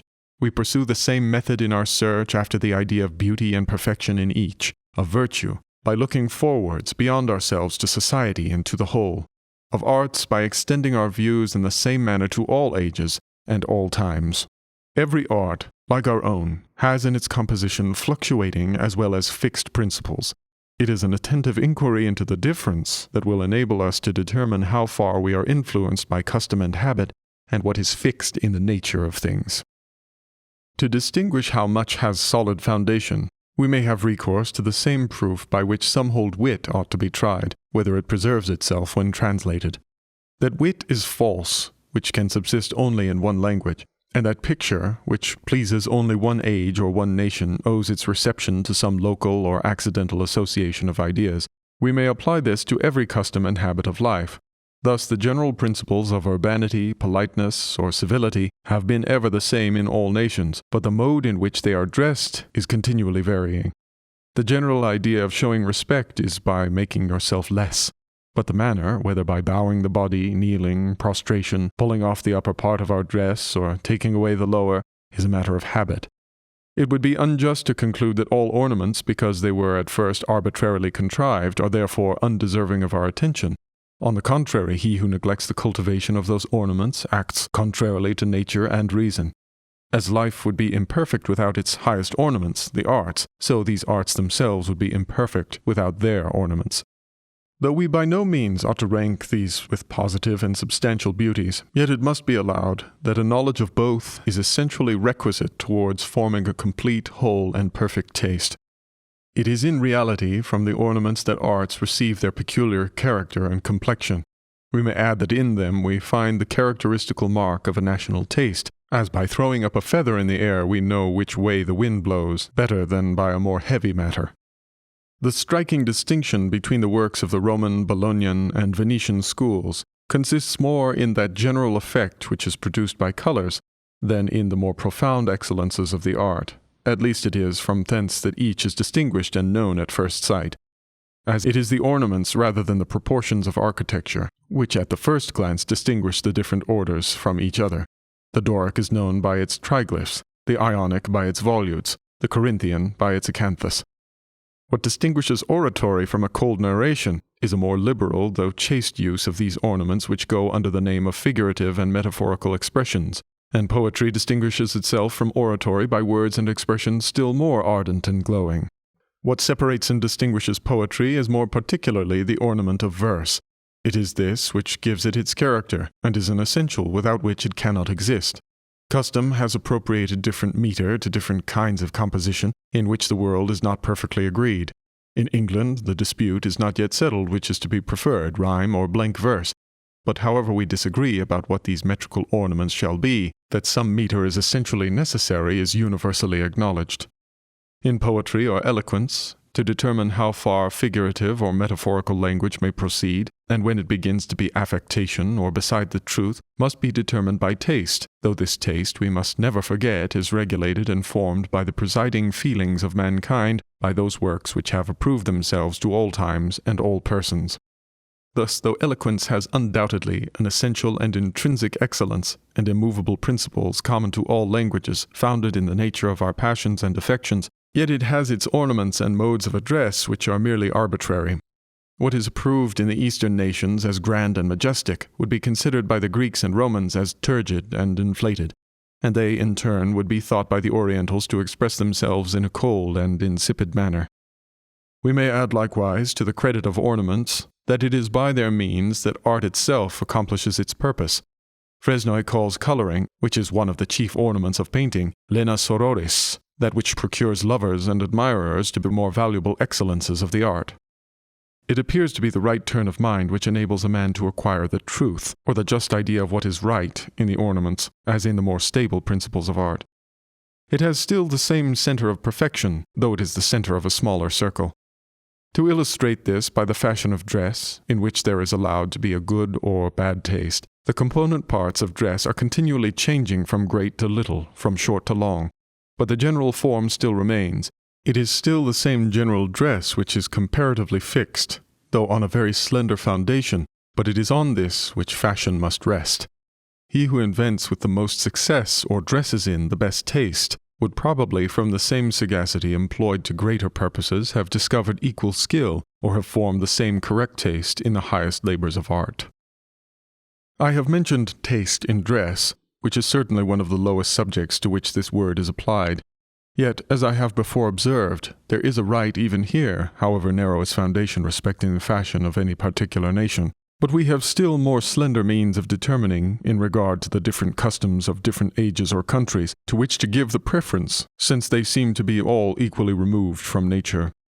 If an European, when he has cut off his beard and put false hair on his head, or bound up his own natural hair in regular hard knots, as unlike nature as he can possibly make it, and having rendered them immovable by the help of the fat of hogs, has covered the whole with flour, laid on by a machine with the utmost regularity, if, when thus attired, he issues forth, he meets a Cherokee Indian, who has bestowed as much time at his toilet and laid on with equal care and attention his yellow and red ochre on particular parts of his forehead or cheeks, as he judges most becoming, whoever despises the other for his attention to the fashion of his country, whichever of these two first feels himself provoked to laugh, is the barbarian. All these fashions are very innocent, neither worth disquisition, nor any endeavor to alter them, as the change would, in all probability, be equally distant from nature. The only circumstances against which indignation may reasonably be moved are where the operation is painful or destructive of health, such as is practiced at Otaheite, and the straight-lacing of the English ladies, of the last of which, how destructive it must be to the health and long life, the professor of anatomy took an opportunity of proving a few days since in this academy. It is in dress as in things of greater consequence. Fashions originate from those only who have the high and powerful advantages of rank, birth, and fortune, as many of the ornaments of art, those at least for which no reason can be given, are transmitted to us, are adopted and acquired their consequence from the company in which we have been used to see them. As Greece and Rome are the fountains from whence have flowed all kinds of excellence, to that veneration which they have a right to claim for the pleasure and knowledge which they have afforded us, we voluntarily add our approbation of every ornament and every custom that belong to them, even to the fashion of their dress, for it may be observed that, not satisfied with them in their own place, we make no difficulty of dressing statues of modern heroes or senators in the fashion of the Roman armor or peaceful robe. We go so far as hardly to bear a statue in any other drapery. The figures of great men of those nations have come down to us in sculpture. In sculpture remain almost all the excellent specimens of ancient art. We have so far associated personal dignity to the persons thus represented, and the truth of art to their manner of representation, that it is not in our power any longer to separate them. This is not so in painting, because having no excellent ancient portraits, that connection was never formed. Indeed, we could no more venture to paint a general officer in a Roman military habit than we could make a statue in the present uniform. But since we have no ancient portraits to show how ready we are to adopt those kind of prejudices, we make the best authority among the moderns serve the same purpose. The great variety of excellent portraits with which Van Dyck has enriched this nation, we are not content to admire for their real excellence, but extend our approbation even to the dress, which happened to be the fashion of that age. We all very well remember how common it was a few years ago for portraits to be drawn in this Gothic dress, and this custom is not yet entirely laid aside. By this means, it must be acknowledged, very ordinary pictures acquired something of the air and effect of the works of Van Dyck, and appeared therefore at first sight to be better pictures than they really were. They appeared so, however, to those only who had the means of making this association, for when made it was irresistible. But this association is nature, and refers to that secondary truth that comes from conformity to general prejudice and opinion. It is therefore not merely fantastical. Besides the prejudice which we have in favor of ancient dresses, there may be likewise other reasons, amongst which we may justly rank the simplicity of them, consisting of little more than one single piece of drapery, without those whimsical capricious forms by which all other dresses are embarrassed. Thus, though it is from the prejudice we have in favor of the ancients, who have taught us architecture, that we have adopted likewise their ornaments, and though we are satisfied that neither nature nor reason is the foundation of those beauties which we imagine we see in that art, yet if anyone persuaded of this truth should, therefore, invent new orders of equal beauty, which we will suppose to be possible, yet they would not please, nor ought he to complain, since the old has that great advantage of having custom and prejudice on its side. In this case we leave what has every prejudice in its favor to take that which will have no advantage over what we have left, but novelty, which soon destroys itself, and, at any rate, is but a weak antagonist against custom. These ornaments, having the right of possession, ought not to be removed, but to make room for not only what has higher pretensions, but such pretensions as will balance the evil and confusion which innovation always bring with it. To this we may add, even the durability of the materials will often contribute to give a superiority to one object over another. Ornaments in buildings, with which taste is principally concerned, are composed of material which lasts longer than those of which dress is composed.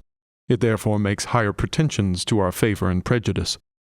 Some attention is surely required to what we can no more get rid of than we can go out of ourselves.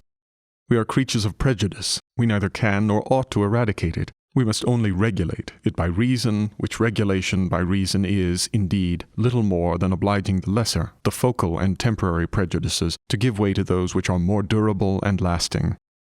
He, therefore, who, in his practice of portrait painting, wishes to dignify his subject, which we will suppose to be a lady, will not paint her in the modern dress, the familiarity of which alone is sufficient to destroy all dignity. He takes care that his work shall correspond to those ideas and that imagination which he knows will regulate the judgment of others, and therefore dresses his figure something with the general air of the antique for the sake of dignity, and preserves something of the modern for the sake of likeness. By this conduct his works correspond with those prejudices which we have in favor of what we continually see, and the relish of the antique simplicity corresponds with what we may call the more learned and scientific prejudice. There was a statue made not long since of Voltaire, which the sculptor, not having that respect for the prejudices of mankind which he ought to have, has made entirely naked, and as meagre and emaciated as the original is said to be. The consequence is what might be expected. It has remained in the sculptor's shop, though it was intended as a public ornament and public honor to Voltaire, as it was procured at the expense of his contemporary wits and admirers. Whoever would reform a nation, supposing a bad taste to prevail in it, will not accomplish his purpose by going directly against the stream of their prejudices. Men's minds must be prepared to receive what is new to them. Reformation is a work of time. A national taste, however wrong it may be, cannot be totally changed at once. We must yield a little to the prepossession which has taken hold on the mind, and we may then bring a people to adopt what would offend them if endeavored to be introduced by storm. When Battista Franco was employed in conjunction with Titian, Paul Veronese, and Tintoret to adorn the library of St. Mark, his work, Vasari says, gave less satisfaction than any of the others. The dry manner of the Roman school was very ill calculated to please eyes that had been accustomed to the luxuriance, splendor, and richness of Venetian coloring. Had the Romans been the judges of this work, probably the determination would have been just contrary, for in the more noble parts of the art, Battista Franco was, perhaps, not inferior to any of his rivals. Gentlemen, it has been the main scope and principal end of this discourse to demonstrate the reality of a standard in taste, as well as in corporeal beauty, that a false or depraved taste is a thing as well known as easily discovered as anything that is deformed, misshapen, or wrong in our form or outward make, and that this knowledge is derived from the uniformity of sentiments among mankind, from whence proceeds the knowledge of what are the general habits of nature, the result of which is an idea of perfect beauty. If what has been advanced be true, that besides this beauty or truth which is formed on the uniform eternal and immutable laws of nature, and which of necessity can be but one, that besides this one immutable verity there are likewise what we have called apparent or secondary truths proceeding from local and temporary prejudices, fancies, fashions, or accidental connection of ideas, if it appears that these last have still their foundation, however slender, in the original fabric of our minds, it follows that all these truths or beauties deserve and require the attention of the artist in proportion to their stability or duration, or as their influence is more or less extensive. And let me add, that as they ought not to pass their just bounds, so neither do they, in a well-regulated taste, at all prevent or weaken the influence of these general principles, which alone can give to art its true and permanent dignity.